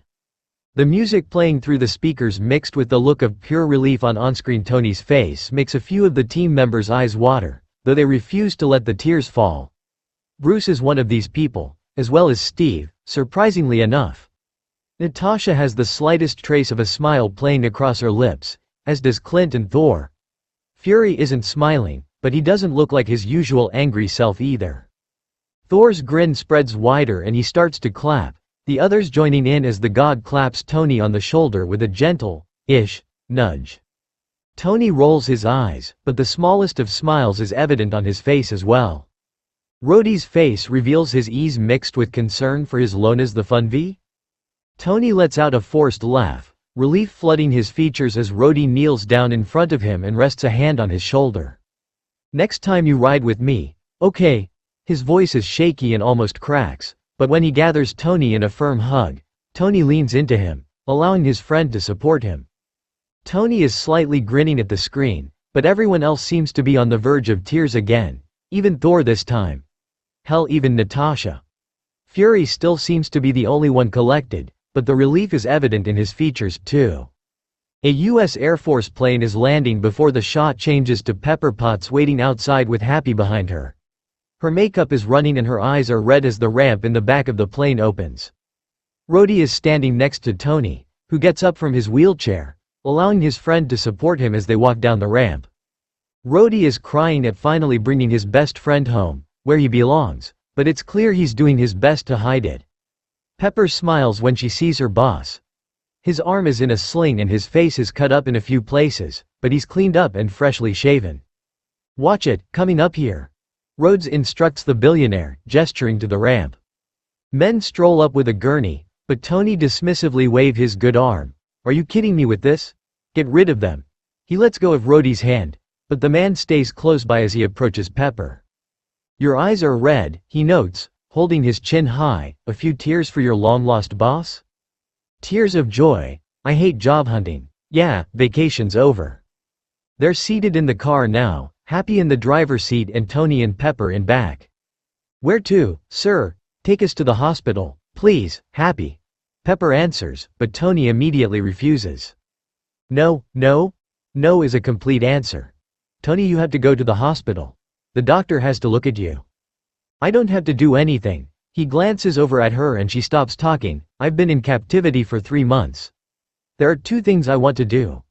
I want an American cheeseburger, and the other." "That's enough of that," Pepper cuts him off. "Is not what you think," he continues. "I want you to call for a press conference now." "Call for a press conference?" she asks, completely exasperated already. "Yeah. What on earth for? Hogan, drive. Cheeseburger first," he instructs Happy. Everyone snickers at that. Again with the food after a near-death experience, Steve smirks, raising an eyebrow. "Of course. I worked hard for that damn cheeseburger, and I worked hard for the shawarma, too." Happy pulls the car up outside where the press conference is being held. Everyone claps and Obadiah is revealed, running up to the car and opening the door. "Look at this, Tony." He hugs the billionaire once he steps out of the car. When he pulls away he places both hands on Tony's shoulders. "We were going to meet at the hospital." "No, I'm fine," he insists as Happy comes around the back of the vehicle, holding out a Burger King bag. Tony reaches inside and pulls out a burger. "Look at you," Obi continues. "You had to have a burger, yeah? Well, come on." They start walking towards the door together, Obadiah's hand on his shoulder. "You get me one of those?" the older man asks, gesturing to the sandwich. There's only one left. I need it. They're walking down a hall just as Tony finishes his burger. Cameras are flashing and people are shouting inquires. While Tony makes his way to the podium, the view shows Pepper as a familiar man approaches her. Miss Potts? No way. Clint leans forward, studying his late friend. Fury shifts uncomfortably in his seat, earning him a questionable look from Natasha. She squints her eyes at him, studying his body language. The others must see it as well, and the movie pauses when they all turn to gaze at him. What is it, Nat? Clint looks from her to Fury, but Natasha's gaze never leaves Nick's. She ignores him, giving the director one last once-over. We're going to have a talk after this, she states with finality. Fury nods, obviously not wanting to get on her bad side. Tony doesn't blame him. Yes, can I speak to you for a moment? I'm not part of the press conference, she explains, gesturing to the crowd of reporters, but it's about to begin right now. I'm not a reporter. I'm Agent Phil Coulson, with the Strategic Homeland Intervention, Enforcement and Linguistics Division. He clarifies as he hands her a card. That's quite a mouthful, she says, reaching for the card. I know. We're working on it. You know, we've been approached already by the DoD, the FBI, the CIA. We're a separate division with a more specific focus. He cuts her off. We need to debrief Mr. Stark about the circumstances of his escape. I'll put something in the book, shall I? Thank you. He nods, giving her a genuine tight-lipped smile before walking away. She turns her attention to the press conference. Obadiah is standing at the podium trying to settle down the crowd. He glances down, the camera following his gaze to reveal Tony sitting on the ground, leaning against the stand and pulling a hidden burger out of his pocket. Hey, would it be alright if everyone sat down? Why don't you just sit down? That way you can see me, and I can. A little less formal, and he pauses to take a bite of his cheeseburger. What's with the love in? Rhodey asks as he sits beside Pepper. Don't look at me. I don't know what he's up to. Good to see you. Tony glances away from his food and at Obi, who is seated beside him. Good to see you, the older says, putting his hand on the billionaire's shoulder. I never got to say goodbye to Dad. If Steve noticeably tenses up at this, no one says anything. I never got to say goodbye to my father, he repeats, a bit louder this time as he addresses the reporters. There's questions I would have asked him. I would have asked him how he felt about what this company did. If he was conflicted, if he ever had doubts. Or maybe he was every inch the man we all remember from the newsreels. His face is suddenly very serious, and he appears as if he's staring off into nothing, lost in his own memories. I saw young Americans killed by the very weapons I created to defend them and protect them. And I saw that I had become part of a system that is comfortable with zero accountability. A reporter hesitantly raises his hand. Mr. Stark. Hey, Ben. What happened over there? Tony stands now, going to walk around the podium. I had my eyes opened. I came to realize that I have more to offer this world than just making things that blow up. And that is why, effective immediately, I am shutting down the weapons manufacturing division of Stark International. All of the reporters stand up at once, each one shouting questions and demanding answers. Obadiah stands with them, approaching Tony on the podium and laying a hand on his shoulder, trying to move him away, but the billionaire continues, until such a time as I can decide what the future of the company will be. What direction it should take, one that I'm comfortable with and is consistent with the highest good for this country, as well. Obi steps in front of the microphone, having finally succeeded in shooing the genius away. What we should take away from this, is that Tony's back, and he's healthier than ever. We're going to have a little internal discussion, and we'll get back to you with a follow-up. The scene changes and Obadiah is approaching on a Segway, cigar in his mouth when he approaches Happy. Where is he? He's inside, he replies, taking the abandoned Segway. When Obi enters the building, Tony is standing behind a railing, gazing up a giant machine flashing blue. It's humming, filling the otherwise silent room. What is that? Steve asks, his expression puzzled as he studies the machinery. Arc reactor, Tony deadpans, his eyes only briefly meeting the soldiers. But it's huge. How did you make it so small? The billionaire grins, tapping the miniature reactor in his kite of his head over his temple. Genius. Well, that went well, Obadiah says, the cigar between his teeth and hands on his hips. Did I just paint a target on the back of my head? Tony asks. adjusting his shirt collar as the older man approaches. Your head? What about my head? What do you think the over-under on the stock drop is gonna be tomorrow? Optimistically, 40 points, at minimum. Yep. Tony, we're a weapons manufacturer. Obi, I just don't want a body count to be our only legacy. That's what we do. We're ironmongers. We make weapons. The older man explains, but Tony isn't buying into it. It's my name on the side of the building, and what we do keeps the world from falling into chaos, Obadiah says, ignoring Tony's reasoning. Not based on what I saw. We're not doing a good enough job. We can do better, we're going to do something else. Like what? You want us to make baby bottles? There's a pause before Tony speaks up again. I think we should take another look into arc reactor technology. Come on. The arc reactor? Obi says, fed up as he gestures towards the giant machine. That's a publicity stunt, Tony, come on. We built that thing to shut the hippies up. It works.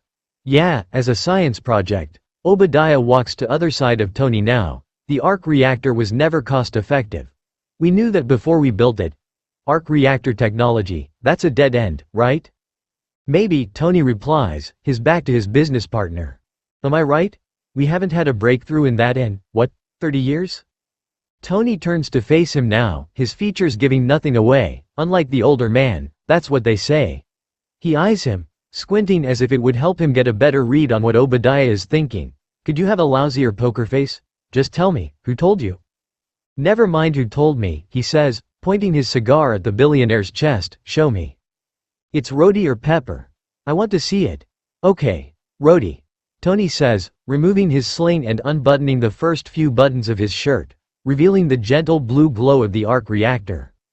Obadiah takes a quick look and grins, before reaching forward and fastening the buttons of Tony's shirt again. Okay.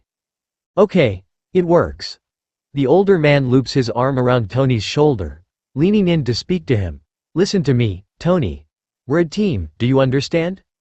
What is with this guy and touching you all the time? Bruce asks, more as a rhetorical side comment. Tony just shrugs, but he can't help but feel a bit uncomfortable watching Obi on screen. There's nothing we can't do if we stick together, like your father and I. Tony looks away from him at the mention of his father. I'm sorry I didn't give you a heads up, okay? But if I had. Tony. He interrupts, effectively shutting up the billionaire. Tony, no more of this, ready, fire, aim, business. You understand me? That was Dad's line. Obi gives him a look before taking his hand off of the brunette's shoulder. You gotta let me handle this. We're going to have to play a whole different kind of ball now. He explains as Tony gathers his abandoned sling and jacket and starts walking for the door, Obadiah following. We're going to have to take a lot of heat. I want you to promise me that you're gonna lay low. Stark. Lay low? Clint snickers, good luck. Hey, I think I did alright. Besides, I wasn't exactly in the mood for people staring at me and asking why I have a flashlight embedded in my chest. Not as fun of a conversation as one would think. Tony shrugs and self-consciously goes back to tapping nervously on his reactor. They seem to accept his reasoning, and given that some of them had also wondered what the arc reactor was at some point in time, they decided not to question it. Instead, they turned back to the screen. A TV can be seen, the words, Mad Money on the bottom, along with, Stark Industries. See ya. The man on the show speaks up. Stark Industries, I've got one recommendation. Ready? Ready? He reaches for a button beside him, the words, sell, sell, sell, coming over the speakers. I hate that show. Natasha says, rolling her eyes at the monitor. Everyone hates that show. Fury says, sharing an equally deadly glare at the screen. Abandoned ship. Does the Hindenburg ring any bells? He continues. That's not funny, Steve comments, leaning back in his chair. And that's why everyone hates that show. Clint supplies, rolling his eyes at the man on screen every self-respecting American has grown to resent. The screen shows an annoyed, exasperated Pepper Potts before switching back to the TV. Let me show you the new Stark Industries business plan. The man grabs a bat, swinging it at a mug on the table in front of him. It cracks instantly, sending a loud crashing sound through the speakers. Pepper winces but keeps watching, pursing her lips as she eyes the TV. Look, that's a weapons company, that doesn't make weapons. Pepper, how big are your hands? Tony's voice is suddenly heard, and the strawberry blonde leans over a touch pad on the table, muting the television. "What? How big are your hands?" he repeats. I don't understand why. Her voice is edged with confusion, but Tony cuts her off. "Get down here. I need you." There's a sense of urgency to his tone, so inevitably she concedes. "Dude, really? She's your assistant." Clint rolls his eyes at the billionaire, who only smirks, earning him a glare from a certain super soldier. The scene changes and Pepper can be seen approaching the glass doors of the workshop. A touch pad appears on the glass and she enters her access code, hesitantly stepping inside. Hey!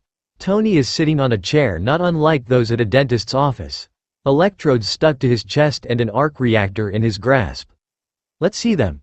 Show me your hands." "Let's see them." He wiggles his fingers and she holds up her hands for him to see. Oh, wow. They are small. Very petite, indeed. "Please don't tell me this is going where I think it's going." Natasha nearly groans as she mentally prepares herself for what she's about to witness. "Sorry to disappoint, but I think we both know where this is going." He smirks back, leaning back in his chair to enjoy the show. He can't deny that it'll be a bit uncomfortable having these people see the most private part of him, but he'd never admit it out loud. He turns to look at the arc reactor in his hands when he speaks again. "I just need your help for a sec." "Oh, my God, is that the thing that's keeping you alive?" she asks as she makes her way over to his side, her eyes fixed on the makeshift technology in his chest. It was. It is now an antique. He holds up the new reactor, this one much improved in its quality. "This is what will be keeping me alive for the foreseeable future. I'm swapping it out for an upgraded unit, and I just ran into a little speed bump." "Speed bump, what does that mean?" She sounds concerned, her eyes widening just the slightest bit. "Nothing," he waves a hand as if it were really no big deal, "it's just a little snag." He reaches his free hand for the reactor currently in his chest. There's an exposed wire under this device. He continues as he twists his hand over it, and it's contacting the socket wall and causing a little bit of a short. "It's fine," he says in response to her gasp as he yanks it out, handing it to a concerned and very much nervous Pepper Potts. Fury allows for an amused chuckle as he shakes his head, eyes fixed on the poor strawberry blonde on the monitor. "How that woman has managed to put up with you all these years is beyond me." Tony feels like he should be offended, but in all honesty, he would have to agree. "What do you want me to do?" she questions, obviously unsure about the situation. "Put that on the table over there." "That is irrelevant," he states with the flick of his wrist. "Oh, my God," she sighs as she sets the old reactor aside. "I just want you to reach in, and you're just going to gently lift the wire out," he explains as Pepper turns back to him, her eyes blowing wide as he explains her job. "Knew it," Natasha states, mentally patting herself on the back. "Did you seriously just ask her to reach into your chest?" Clint gapes, raising an eyebrow at him. "What was I supposed to do? I wasn't going to let Dummy do it. I'm not suicidal," he explains, and apparently it gets the point across, because everyone knows by this point that Dummy is less than helpful. She peers skeptically into the hole before looking at Tony, who is noticeably just as uncomfortable with the situation as she is. "Is it safe?" "Yeah, it should be fine." He gestures to the metal casing. "It's like operation. You just don't let it touch the socket wall, or it goes beep." "What do you mean operation? It's just a game, never mind." "It seems like a little more serious than just a beep, Tony. Wouldn't that shock you?" Of course Bruce picks now to speak up. His eyebrows are furrowed and he's wearing the slightest bit of a frown on his face at the billionaire's lack of safety measures. "Yeah, well, she did fine, for the most part, considering." He shrugs and turns back to the screen. "Just gently lift the wire." "Okay. Great," he states as Pepper starts reaching her hand forward. "Okay." Her hand goes in slightly, but is quickly drawn out, followed by the shake of her head. "You know, I don't think that I'm qualified to do this." "No, you're fine." He reassures her, "You're the most capable, qualified, trustworthy person I've ever met. You're gonna do great." When she still casts him an uneasy glance, he adds, "Is it too much of a problem to ask? 'Cause I'm—" Okay. I really need your help here." "Okay." She exhales and reaches her hand forward again. Instead of pulling out, it goes further in, almost up to her wrist. He leans his head back and avoids eye contact with her, shifting slightly in the chair. She shrieks when there's a squelching noise, making a face of disgust. Oh, there's puss. I think I might be sick. Clint gags, but forces himself to keep his eyes on the screen. How deep does that go? Steve is nearly gagging as well, sitting as far back in his seat as he can. Like 4 inches or so, Tony says, dismissively waving his hand, a regular gesture for the billionaire. 4 inches, doesn't that hurt? Sometimes. You get used to it, he shrugs. You get used to it, Bruce bites out, glaring daggers at the billionaire. He knew the reactor was invasive, sure, but Tony never mentioned anything about it hurting him. It's not like I have much of a choice here, guys. Why is this such a surprise to you people? He snaps back, giving the Avengers and Fury looks that are practically daring them to say anything else. And of course Steve fucking Rogers takes that dare. It's just that you've never told anyone that it hurts you, he starts, but Tony cuts him off. Of course it fucking hurts sometimes, they had to cut through bone and layers of muscle to get the electromagnet in. It's in my chest, it takes up space, decreases my overall lung capacity, whatever. Sorry that I don't share my feelings with you guys about how it sometimes bothers me. Because it's just something I have to live with. He glares back at Steve, and even pauses his ranting to cast the others in the room a stern look before settling his gaze on Bruce. So yes, you get used to it. Steve swallows hard, but apparently that answer isn't good enough for him. But don't you think you should still have told someone? In case. In case what, Rogers? So someone can hold my hand on a particularly bad day, and tell me it's okay? It's going to be alright? I don't need your goddamn sympathy. There's this great new thing they have in the 21st century. Yeah, they're called fucking pain meds. They work well enough. And now isn't that great, because everyone in the damn room he's gone completely mad and yeah, okay, there's probably some truth to that but that's just the price that comes with being a genius. You're a little unstable, a little crazy, and that's fine, he'll admit to that, but these looks like it's so weird that he hasn't told anyone the arc reactor hurts him. He was like 99% sure that it was self-explanatory, but apparently not everyone can be a genius. Fury is squinting his stupid eye at him, Romanoff and Barton are doing that dumb sizing you up look. Thor is just sitting there twiddling his thumbs like he has no idea what's going on. But his sympathetic gaze is unmistakable. Bruce is doing his breathing exercises, trying to keep his skin from tinting green, and failing miserably. And Steve just looks offended, though it seems to be mixed with the slightest bit of understanding, and isn't that just like him? He can't keep avoiding their gazes, and because this is making him extremely uncomfortable, he starts scrambling his brain for an apology. He clears his throat and turns his head away. Sorry. Okay? Can we please just finish this? He pinches the bridge of his nose between his thumb and forefinger, trying to ease the headache threatening to surface.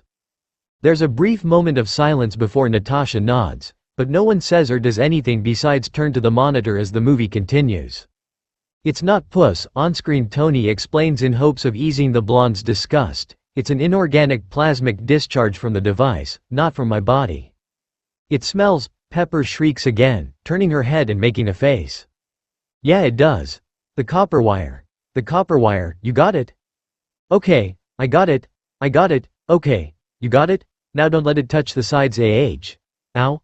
There's a buzzing sound when he shouts from the pain, when you're coming out. I'm sorry, she cries out, doing her best not panic upon seeing Tony's face twisted in discomfort.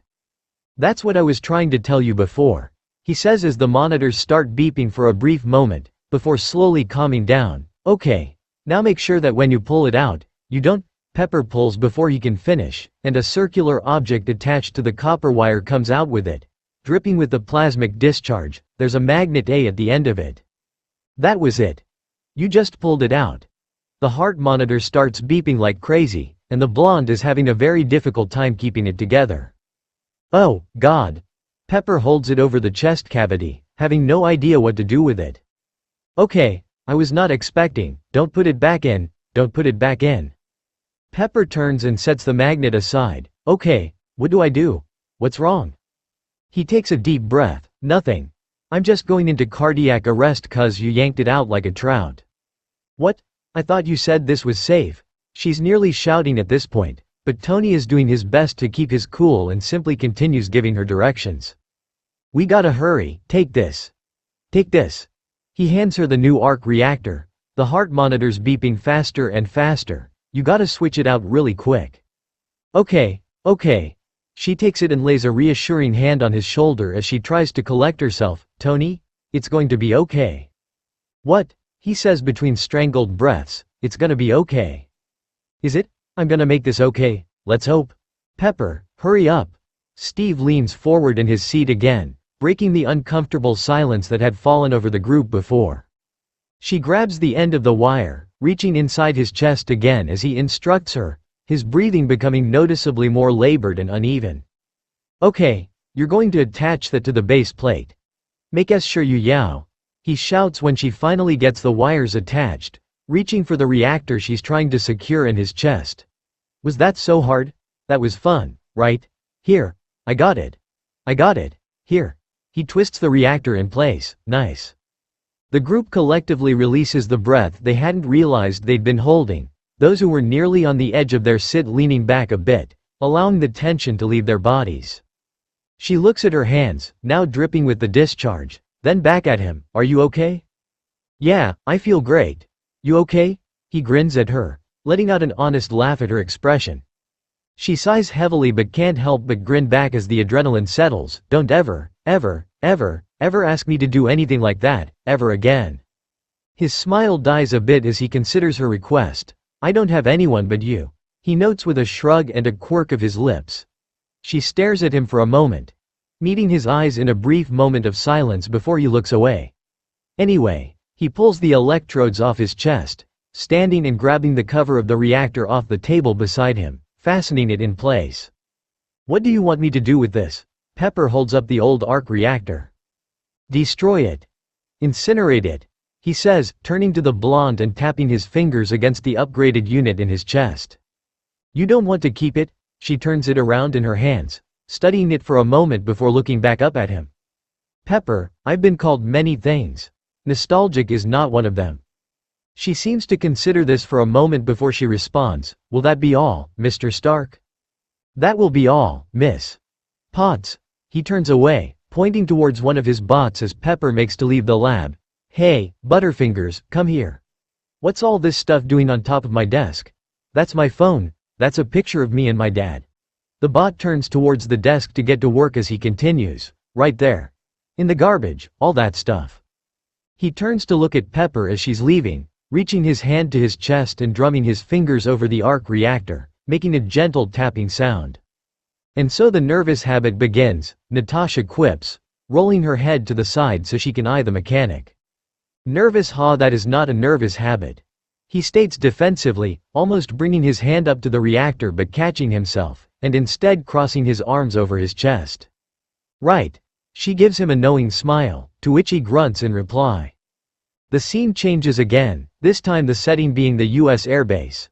A familiar voice is heard just a plane is being rolled up, before it switches to reveal a group of people indoors. They're dressed in simple green Air Force uniforms, and seem to be on something not unlike a tour. The future of air combat, is it manned or unmanned? Rhodes is revealed, leading the group of young men through the building, past the rows of jets as he speaks. I'll tell you, in my experience, no unmanned aerial vehicle will ever trump a pilot's instinct, his insight, that ability to look into a situation beyond the obvious and discern its outcome, or a pilot's judgment. Colonel? A voice cuts him off before he can continue any further, and the camera pans to the side to reveal Tony Stark, dressed in a gray shirt accompanied by a leather jacket that manages to hide the glow of the upgraded arc reactor in his chest. Why not a pilot without the plane? Natasha seemed to take notice of the position of the jacket's collar, cocking her head to the side with wonder. Why exactly do you feel the need to hide the reactor?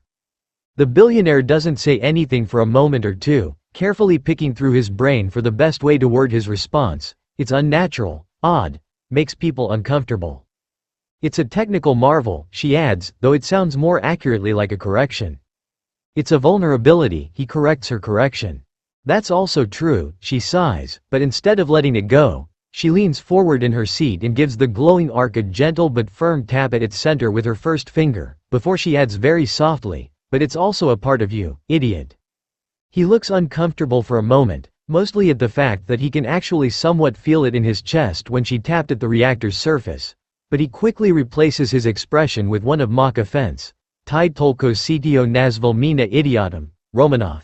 Did you just call me an idiot, Romanov? What? Steve glances between the two, utterly confused at this point. She flashes him a grin, having been unaware of his ability to speak her native language, Neploho. Tak kak. Kogda v mazete govorit po-ruski.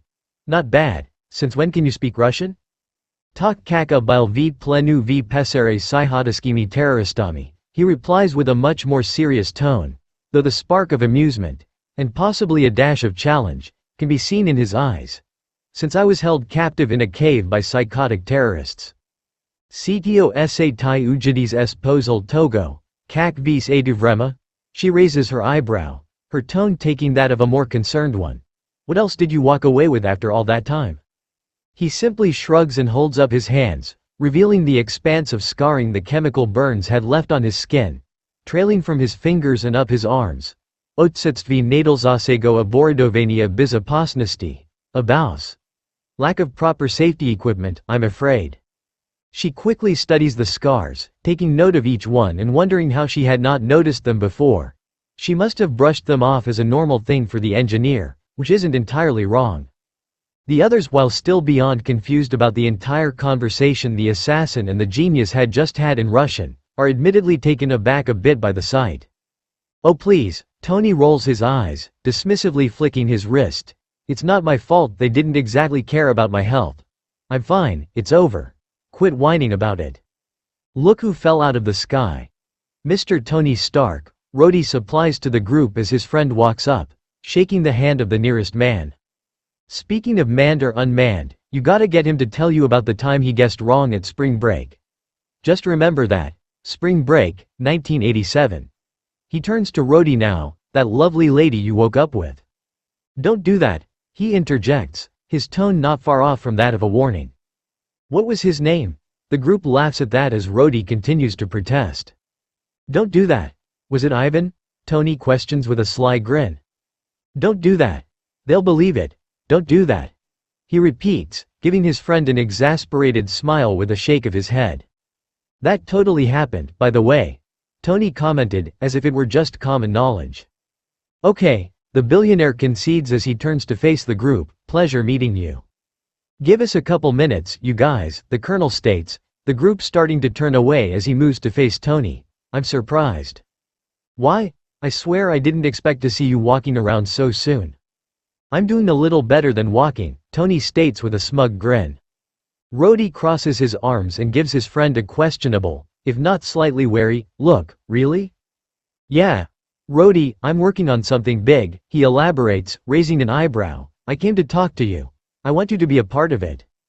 Rhodes allows a small smile to creep past his lips. You're about to make a whole lot of people around here real happy. 'Cause that little stunt at the press conference, that was a doozy, he states with a hint of a laugh and the shake of his head. Tony noticeably hesitates for a minute, trying to find the right words. This is not for the military. I'm not, he shakes his head, earning him a curious glare from Rhodes. It's different. The colonel furrows his brows. What? You're a humanitarian now, or something? This is quite odd. Thor tenses up a bit, wondering why friend Tony's best friend was treating him with such disrespect. I need you to listen to me. No, Rhodes cuts him off. What you need is time to get your mind right. Tony offers a tight-lipped smile, but the hurt is obvious in his features as his friend continues. I'm serious. Okay, it's barely a whisper, accompanied by a short nod from the billionaire before his face falls altogether. It's nice seeing you, Tony, Rhodes says, clearly done having this discussion as he begins walking away. Thanks, the billionaire states, so quietly almost anyone would have missed it. His gaze is far off, his friend leaves him. Seriously, I thought you guys were best friends. If anyone would understand, shouldn't it be him? Steve looks to the genius, studying him for an answer. It was different. Everyone knew how I was. They all thought the press conference was a joke, too. You know, just some spur-of-the-moment decision resulting from PTSD. No one actually believed I was done with weapons, and I guess that included Rhodes, too. He shrugged, his eyes never leaving the screen. But if Tony cuts him off before he can argue further, his tone sharp, that's all there is to it, ice pop. The next shot was of the exterior of the Malibu home, but it quickly shifted to show Tony's desk. A hand swipes over a surface to reveal a touch-sensitive keyboard, though the keys were filled with symbols rather than letters and numbers. How do you even understand that? Clint furrows his brow as he gazes at the screen, studying the unfamiliar symbols. Seriously, do I need to define the term genius to you guys? Because I will, if that's what it takes. He crosses his arms over his chest, glancing around the room in case someone needed him to elaborate, because, well, he totally would. Jarvis, you up? The owner of the hands, and very expensive-looking gold watch, asks, typing an intricate pattern on the keyboard. The view switches to reveal Tony sitting at his desk, clad in an MIT sweatshirt. For you, sir, always, came the smooth British accent of Jarvis, the fondness in his tone near impossible to miss, even if he is an artificial intelligence. The view switches again, showing Tony from behind, giving the viewer a look at what's on the screens in front of him. On the left is what appears to be a model of the Mark I, with a few of its parts on the left and right of it. On the right screen, there are S of code. How did you get those designs on your home computer? Clint questions with a raised eyebrow. I didn't, I had to leave behind my original plans, but I had already memorized them. Clint smirks and shakes his head, of course you did. I'd like to open a new project file, indexes Mark II. He states as he grabs an object not unlike a pen from a mug on his desk. He points it at the screen and begins to drag to Mark I designs to the side, where they move off the screen and appear as a hologram on the table beside him. Whoa, hang on a second. How the hell did you do that? Steve questions, amazement in his voice. I designed it to do that. Tony replies as if he doesn't understand how it's that much of a surprise. You should see my lab these days. I've made tons of upgrades since then. This was in 2008, Bruce interjects, furrowing his brow. Uh-huh. And you had that advanced of technology? He says with a grin and a shake of his head. Of course I did, Rucky Bear. Now shush. Shall I store this on the Stark Industries central database? Jarvis asks, just as the hologram takes its full form on the table. Nope. Not a chance, Tony remarks with an exasperated sigh. Actually, I don't know who to trust right now, the genius replies, standing from his desk chair and stuffing the pen into his pocket as he makes his way around the table. Till further notice, why don't we just keep everything on my private server? Working on a secret project, are we, sir? Jarvis' tone holds a bit of amusement as Tony begins studying the hologram. Tony doesn't answer right away, and instead reaches forward for the head of the suit, flipping it back and raising the arms. He begins to drag a portion of the design into a holographic trash can when he finally answers his AI. I don't want this winding up in the wrong hands. He turns the suit around and grabs another piece, also tossing it in the trash. Maybe in mine, it can actually do some good. He gives the design one final spin before the scene changes. Which, as much as it pains me to say it, it has. Fury reluctantly admits, I don't think I would trust the Iron Man suit in the hands of anyone but you. Tony just stares at him in complete surprise, the rare compliment from the director having silenced the rest of the group as well, before the billionaire responds with a tad uncertainty, and why is that, exactly? And what about Rhodey? You designed it. You know how it works, and you know what it's capable of. You built it for the purpose of doing good, even if it has caused some problems along the way. I trust Colonel Rhodes with the armor because you trust Colonel Rhodes, or else he never would have had access to it in the first place. His answer is stated such a matter-of-fact tone that Tony actually has to take a minute to comprehend what he's hearing. When he still finds himself speechless, Fury adds, now don't go getting the wrong idea.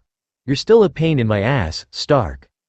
Men are shown walking through the desert, sand blowing and wind rustling. One man is shown digging, a cloth pulled over his mouth and goggles over his eyes. More men are shown carrying bits of machinery through the sand while others continue digging around. One is on his knees, swiping away sand to reveal a metal object. He grabs for it and holds it up as he stands, the sand flowing out of the holes in the object to reveal the Mark I face mask. The man calls out, and the leader, Raza, turns around, the right side of his head exhibiting a nasty burn. His face is stern, and it's obvious even through his protective glasses. He calls back and the man holding the face mask makes his way over, handing his findings to Raza, who studies it with a deadly glare. This is rather troubling, Thor states with a frown, furrowing his brow and leaning forward in his seat. The scene changes again and it's back in Tony's workshop. He's seated at a workbench, surrounded by a variety of tools and wires that are scattered across the surface. Dummy is beside him as he works on a piece of machinery resembling a boot. It's stripped down, revealing the complex design inside. Dummy is holding a magnifying glass as the genius works with a soldering iron. Next, he finishes the section he's working on and orders Dummy, up. Not in the boot, Dummy. Right here, you got me? He points and the bot's arm adjusts to meet his command. Stay put. Niece, he sits back for a moment and the bot moves again as Tony gets back to work. You're of no benefit at all. Move down to the toe. I got this. Dummy makes a noise that could most likely be interpreted as a sad noise, as he moves lower, bumping his creator's hand as he goes. Okay, I'm sorry, am I in your way? He questions, though he knows he'll get no answer, and moves down to the toe of the boot himself, where the bot is, again, in the way, up. Screw it. Don't even move. You are a tragedy. He states simply as he finishes his work, blowing on the soldering iron and stamping it on a sponge-like object before putting it away. He presses a button on the boot and the calf opens up in the back. You're so mean to it, the super soldier in the room notes, internally wondering why he's feeling bad for a robotic arm. Dummy is him, Steven. He's an AI, a dumb one, but an AI, Tony corrects him, pointing a stern finger in his direction. The next scene is being shot out of a video camera, showing Tony on a black gridded platform, the newly created Mark II boots on his feet, and a set of controllers in his hands, all hooked up with wires to the arc reactor in his chest. Okay, let's do this right, he says, stepping back, his metal-clad feet making loud, heavy footsteps, start mark, half a meter, and back in center. He takes a deep breath and looks over at one of his bots. Dummy, look alive. You're on standby for fire safety. The view changes so it's no longer being shot through a video recorder, instead revealing a second bot. You, roll it. This isn't going to end well. Natasha smirks, leaning back in her chair and propping her feet up on Tony's lap, settling in to enjoy the show. The view switches back to the recorder as Tony is adjusting something on his belt. Okay, activate hand controls. He shifts a little in the boots as the machines begin to work. We're gonna start off nice and easy. We're gonna see if 10% thrust capacity achieves lift.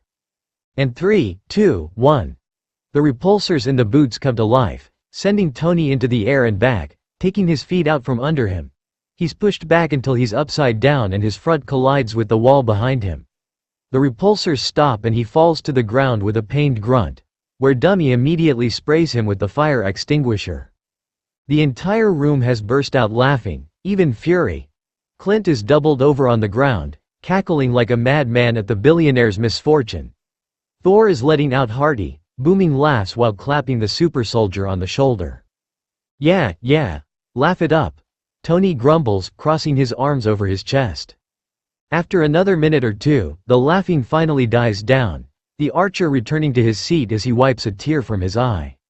Oh man, can we watch it again? Please tell me Loki is letting us rewind. Rewind. He makes grabby hands for the remote and rewinds the movie. When the scene plays out again, everyone falls into a fit of laughter for the second time. Okay, now we can continue, Clint states proudly.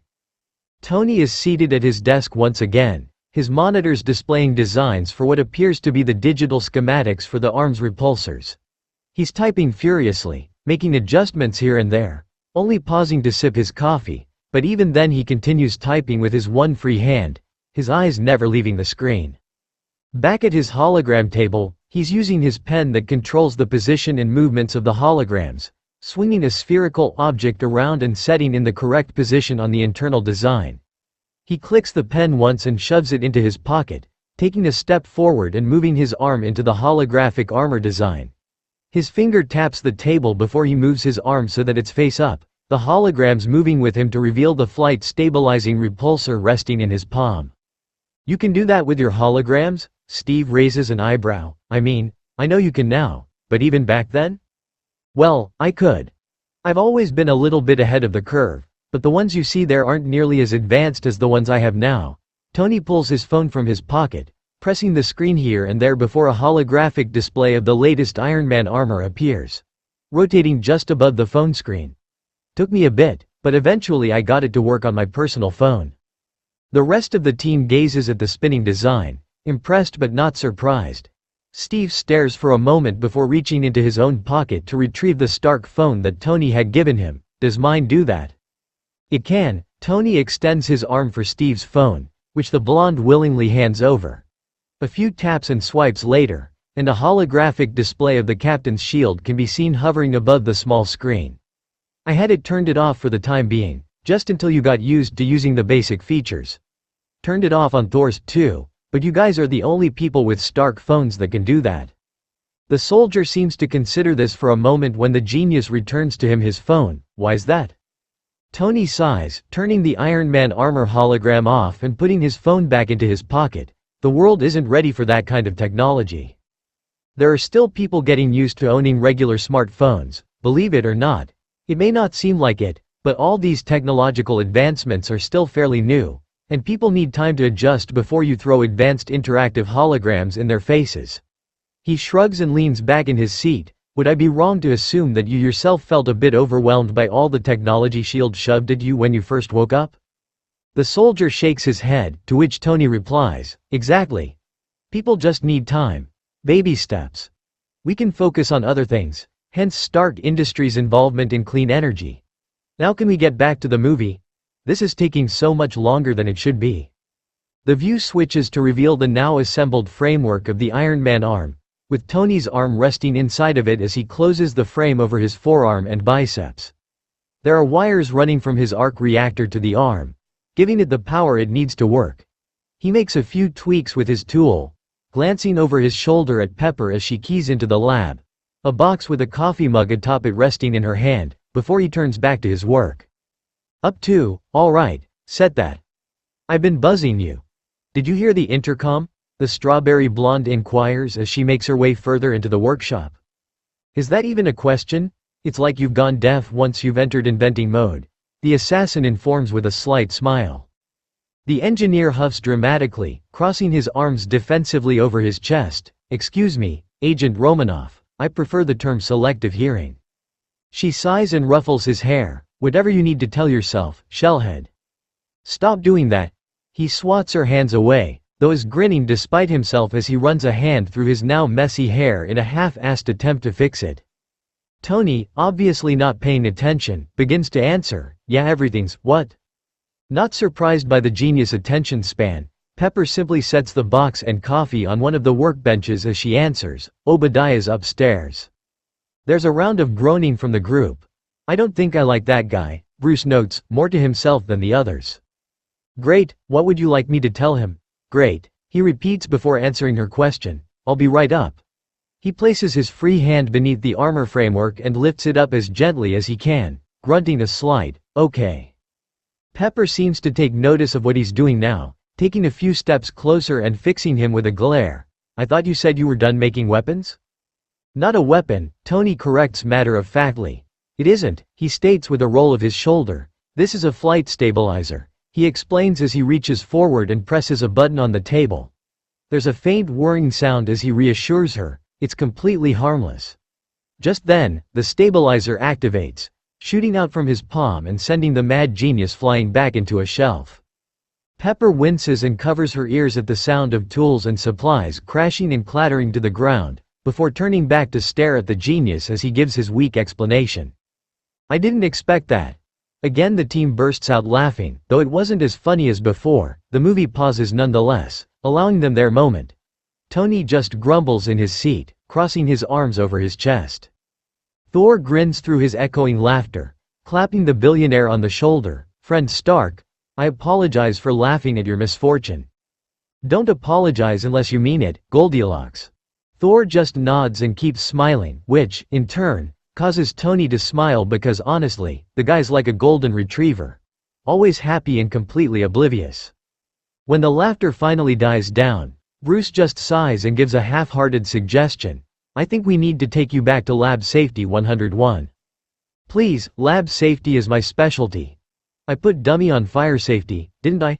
Tony reasons, but upon receiving a room full of incredulous stares, he caves. Okay, maybe. Someone is playing the piano as Tony makes his way up the stairs from his workshop. There's an expensive-looking statue sitting to the right of the steps, with a glass divider that has a stream of water flowing down it just behind it. The billionaire is free of the armor framework and the harness that had been around the arc reactor. He's left with blue jeans, a light gray t-shirt covered in oil stains with a hole cut from the center, displaying the reactor. Why do you cut holes for the arc? The soldier questions, effectively causing the movie to pause itself. I think you mean, why did you? I don't do it anymore. Tony corrects with a shake of his head, too risky, but it was definitely more comfortable. If my hunch is correct, though, you'll find out why a bit later. How'd it go? He questions as he makes his way further into the room. Obadiah is revealed to be the pianist, though he only spares a glance at the genius before he returns to playing. Pepper is seated on the couch surrounded by papers and typing on her laptop, but it's the pizza box on the table catches Tony's eye. It went that bad, huh?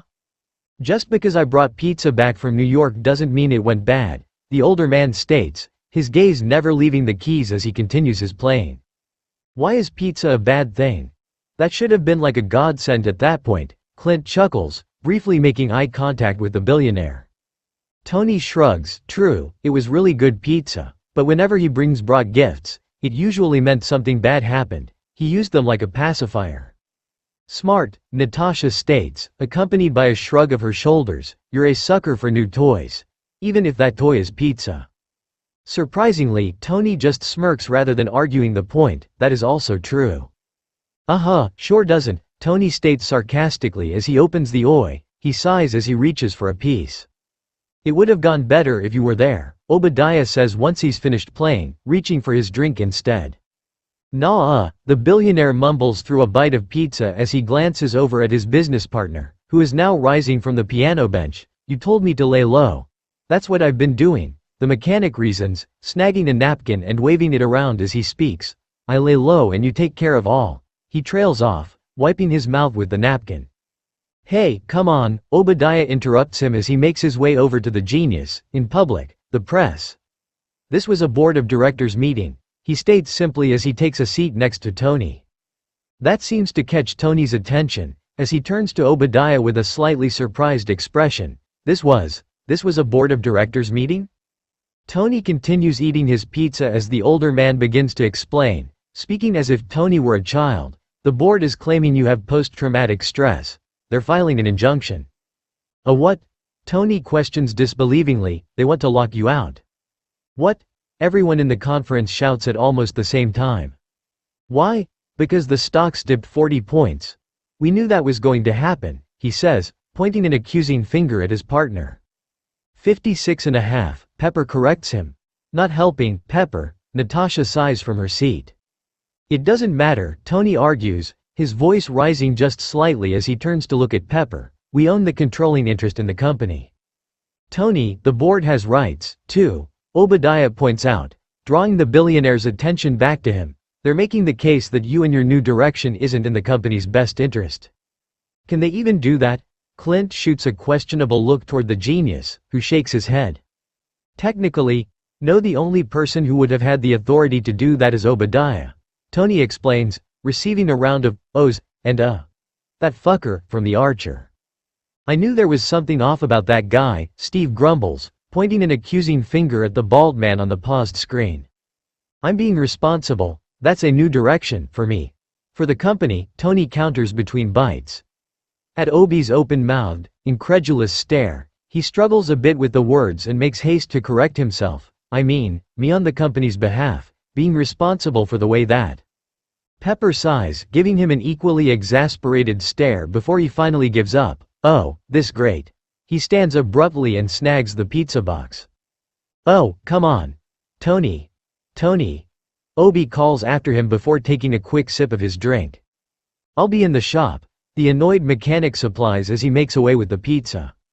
Hey, Tony, listen, Obadiah says as he gets up and follows the genius, grabbing his shoulder and turning him to face him. I'm trying to turn this thing around, but you gotta give me something.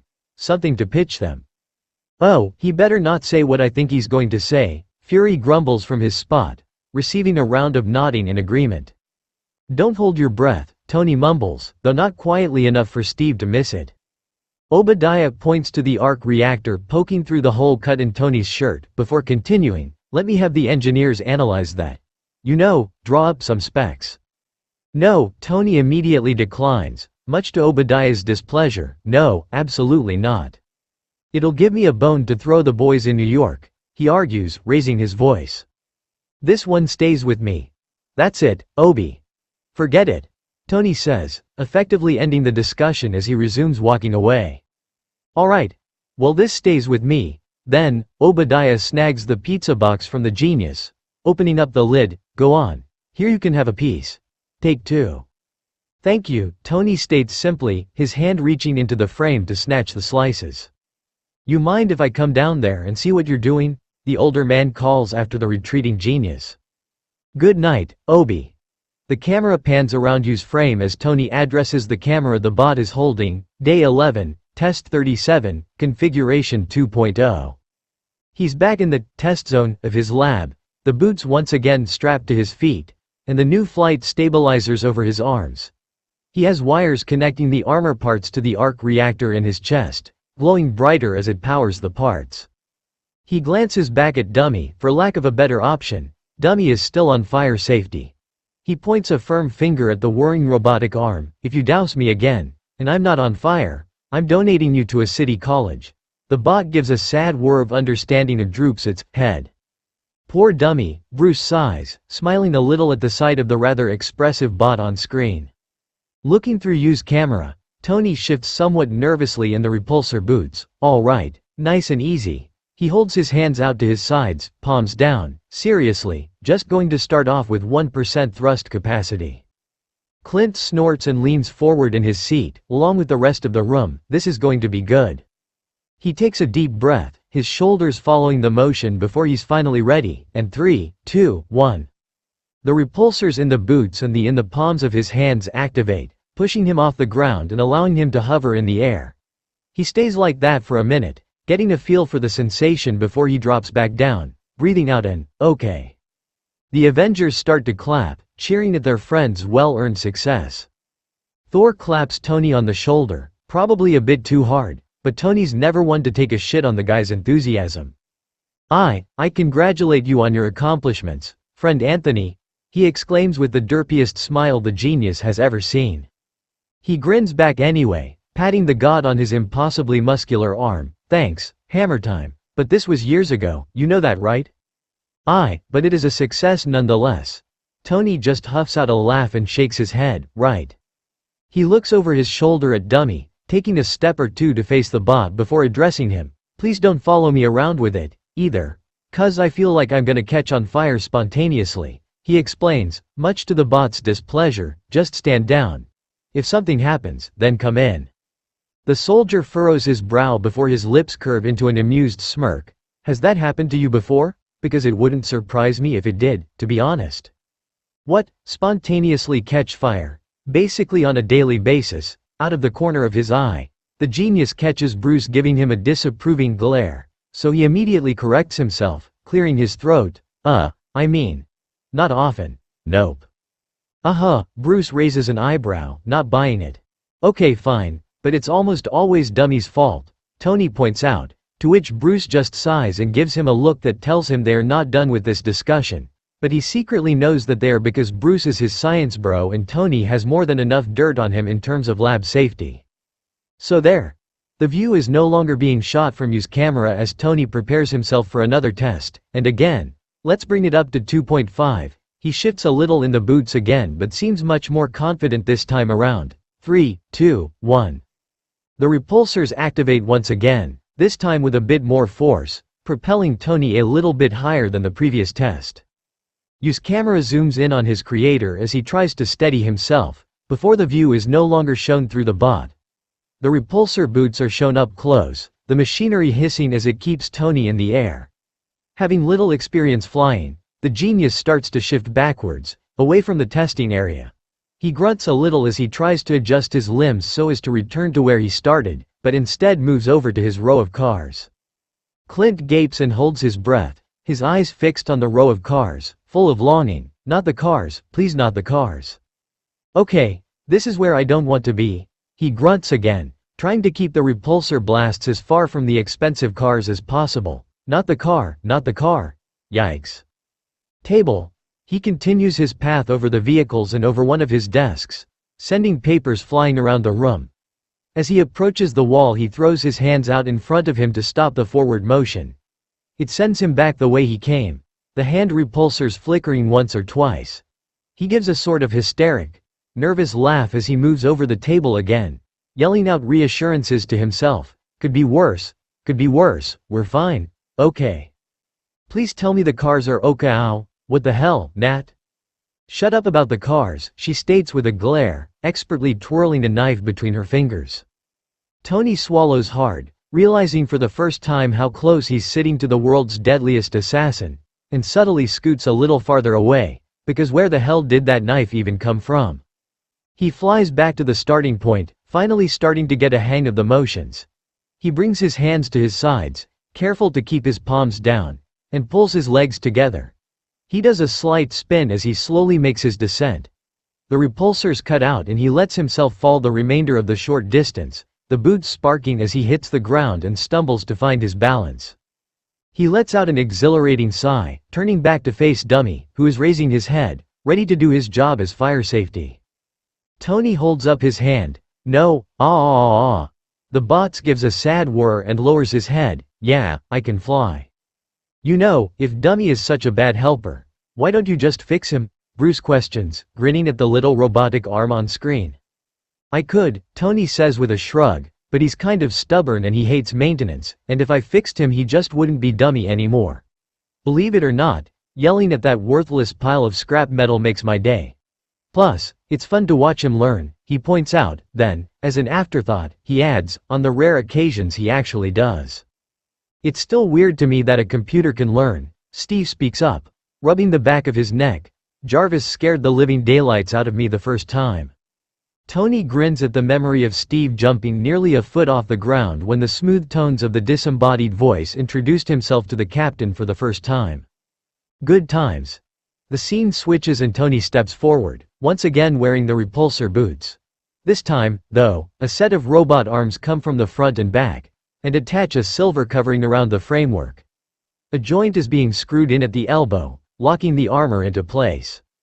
An armor-clad hand reaches forward and snags the mask of the suit, bringing it closer to the billionaire's face. Jarvis, you there? The faceplate is attached, and the eye slits glow a pale blue as the AI responds, at your service, sir. Tony's face is seen from the view inside the helmet, the HUD scanning his facial features and lighting up with information. Engage heads-up display. I've always wondered what it looks like in there, Natasha hums thoughtfully, still twirling her knife. Seems a little hard on the eyes, Fury comments, crossing his arms over his chest. Tony tries, he really does, but he just can't resist.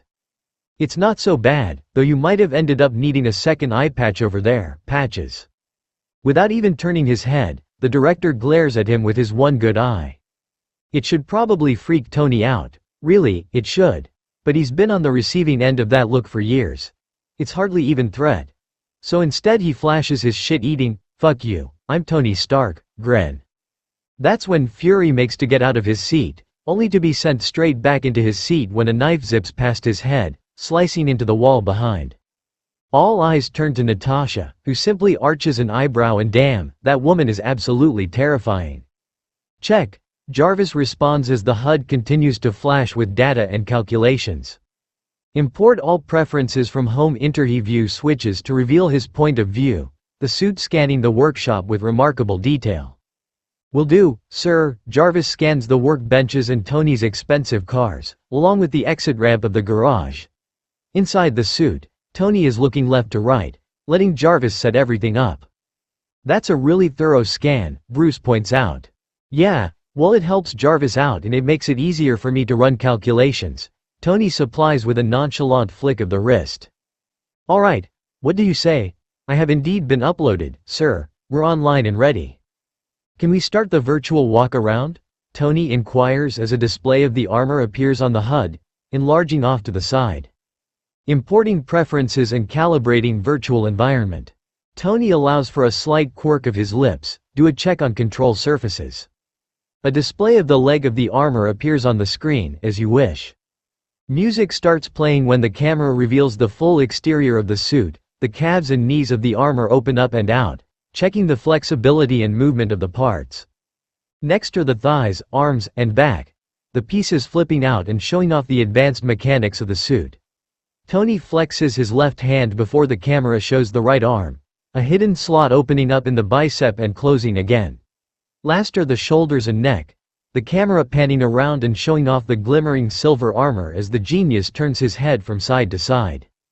Again with the fitting music, Natasha points out, receiving a nod from the rest of the group as they admire the armor. Damn! I know that's only your second model, but Clint trails off, eyeing the Mark II with almost childish glee.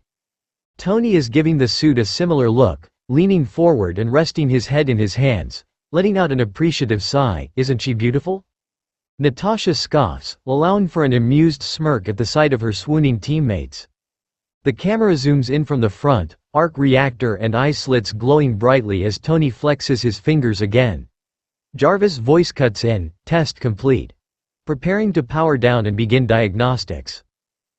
Yeah, Steve groans. Oh no, I know that look. That's your, I know that what I'm about to do is incredibly stupid but I'm going to do it anyways look. Tony looks mock offended, hand held to the arc reactor in his chest as if the words physically pained him. I do not have that look, besides, it's never that stupid. I calculate the risks. Thor chimes in, clapping Tony on the shoulder again, and seriously, Thor, ow. We have heard this explanation many times, man of iron. Would it surprise you to hear that it is not very reassuring? Tony grumbles and slouches in his chair. You were supposed to be on my team, Point Break. Inside the suit, the HUD continues to supply information in a glowing blue. Tell you what. Do a weather and ATC check. Start listening in on ground control. Tony commands with the faintest of smiles, the HUD displaying the locations of nearby planes, the lights glistening in the genius eyes. Sir, Jarvis' somehow worried voice responds. The point of view from the suit showing a holographic display of the landscape outside the garage and the planes in the air. There are still terabytes of calculations needed before an actual flight is. Jarvis, Tony cuts him off, sounding like a parent lecturing his child. Sometimes you got to run before you can walk. That literally makes no sense, Clint points out, and remarkably, Natasha doesn't hit him this time. It does so make sense, Tony defends, jabbing a finger in the archer's direction. The camera pans out from the front, showing off the silver-plated armor. Ready? Tony straightens up inside the suit, his feet moving closer together and his hands palm down at his sides, in 3, 2, 1. The repulsor boots come to life, instantly lifting the genius a half a foot off the ground.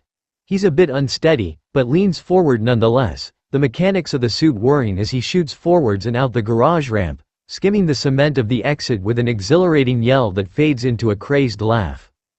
Tony catches Natasha grinning out of the corner of his eye, and he casts her a knowing smirk. What?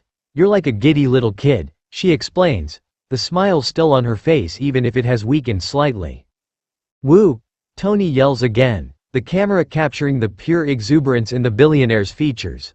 There's a brief shot of the back of the suit as the flaps positioned on the shoulders work to steady the flight, the repulsors seen thrusting and glowing below. The camera zooms out a bit just as Tony spins and twists in the air, doing his best to level out the flight. Finally he gets the hang of it, his face ecstatic as he gasps from the adrenaline rush. Best. First. Flight. Ever. Tony is beaming, and he probably looks like an idiot because Thor is beaming too. But he couldn't care less right now. Don't let Jarvis tell you differently. He can't get adrenaline rushes. He doesn't know what he's talking about. Through the helmet's view, the screen is shown locking onto the horizon. Before the view zooms out again, the Malibu home disappearing in the distance. Handles like a dream, Tony notes, zooming out of frame, only for it to refocus from the helmet's view again. The music is much more pronounced now as the HUD focuses on a Ferris wheel, particularly a little kid eating ice cream. Upon spotting the armor, the kid's eyes go wide and the scoop of ice cream falls from his cone. There's a round of chuckling, and Tony swears he can hear Steve say very quietly to himself, "Ah, not the ice cream." Zipping over the skyline and through the clouds, the city lights shining beneath him, Tony abruptly changes direction, shooting skyward. "Alright, let's see what this thing can do." He addresses Jarvis as the view reveals him inside the suit again. "What's SR-71's record?" As Jarvis responds, the HUD is shown again. The moon visible above as an image of State Route 71 Blackbird, appearing to the right as the billionaire continues to gain altitude. The altitude record for fixed-wing flight is 85,000 feet, sir. Records are made to be broken. Come on, Tony shouts as the suit continues its ascent. And, here we go, Clint sighs, though he's still smiling at the screen. Cue the, "I know that what I'm about to do is incredibly stupid but I'm going to do it anyways look," Steve says, earning a round of laughing from the group. "Why must you choose now to get a sense of humor?" Tony grumbles from his seat. "Sir," the AI speaks up again, the HUD flashing red with warnings, "there is a potentially fatal buildup of ice occurring." "Shouldn't a worried Jarvis have been warning enough?" Bruce sighs, shaking his head at the screen. Completely ignoring that bit of information in favor of breaking the record, the suit continues to shoot upwards. "Keep going." "Don't keep going," Clint corrects on-screen Tony. The metal is beginning to creak and groan from the restricting ice, but still Tony keeps going, higher. Lower, Natasha exhales, now flipping her knife up and down. The repulsor boots spark and die simultaneously, the glowing eyes of the helmet fading out, briefly revealing the genius eyes inside before the climb stops, and the suit begins to plummet back to Earth. Tony screams as the world spins through what little vision he has through the eye slits. "We iced up, Jarvis, deploy flaps." There's no reply, so the billionaire tries again just as the suit is falling out of the frame. "Jarvis." The team is suddenly on the edge of their seats. They know their friend is fine, because he's sitting right next to them, obviously, but they've seen him falling from the sky before. It's not fun to watch knowing that they can't do anything about it. Steve, Bruce, and Clint are holding their breath, while Thor is squeezing Mjolnir's handle in a white-knuckled grip. Natasha has ceased twirling her knife and is eyeing the screen, similar to Fury. Tony is simply sitting there, trying not to think of Battle of New York and wormholes, because those are not fun at all. So when he feels Natasha subtly give his hand a reassuring squeeze, well, he doesn't say anything, because he knows that she wouldn't want him to. Instead, he gives a quick squeeze in return, before allowing her to pull her hand away once again. In a final attempt, Tony manages to turn his body belly down, slowing the fall only slightly. "Come on, we gotta break the ice." He scratches at a circular spot on his upper thigh, chipping away at the ice and manually twisting the circle. The flaps on the back of the armor flip open, breaking through more ice and slowing the descent a little bit more. The eyes light up again, the mechanics beginning to groan as the suit powers on. The HUD comes to life again, hundreds of images and code flashing over the screen as Tony continues the fall, the ground approaching worryingly fast. "Come on," Steve mumbles encouragingly under his breath, watching the screen with a measuring eye. Suddenly, the repuzzler boots come back, just in time to avoid crashing to the street. A car beeps and swerves out of the way, just nearly missing the metal suit. Rising into the air again, Tony breaks into a toothy smile and lets out an exhilarating half-yell half-laugh for his success. Yeehahaha.